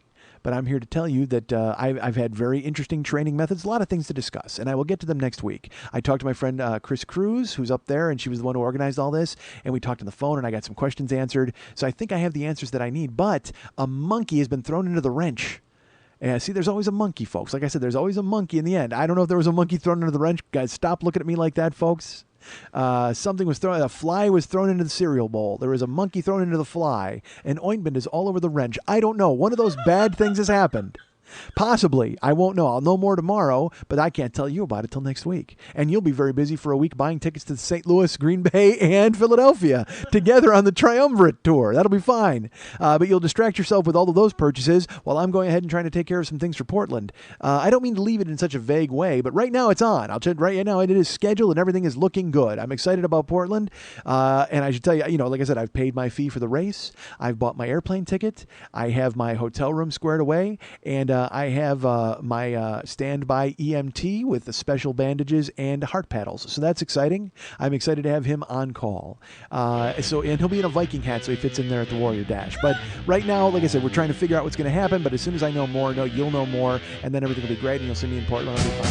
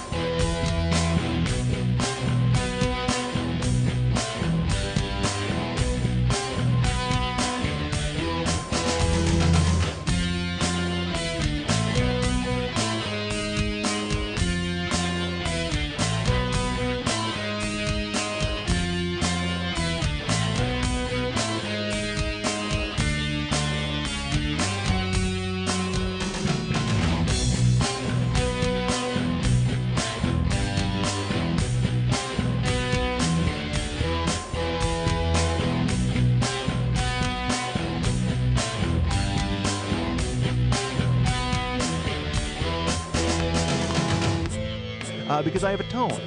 Because you know why? Because I talk quickly and I don't fucking think. That's why. I think that's what it means when you have a tone. Is you don't fucking bother to care what comes flying out of your goddamn mouth. I try to grow the show and I want people to get on board and they're like, I listen to it and you talk too fast. Really, I talk too fast. How the hell else am I supposed to cram all of this into a small 3-hour window? Dude, there's no script. I just go over this shit on the fly. It makes me laugh. If it doesn't make you laugh, turn the fucking station. And by turn the station, I mean turn the wheel of your car right into a guardrail. Jesus fuck.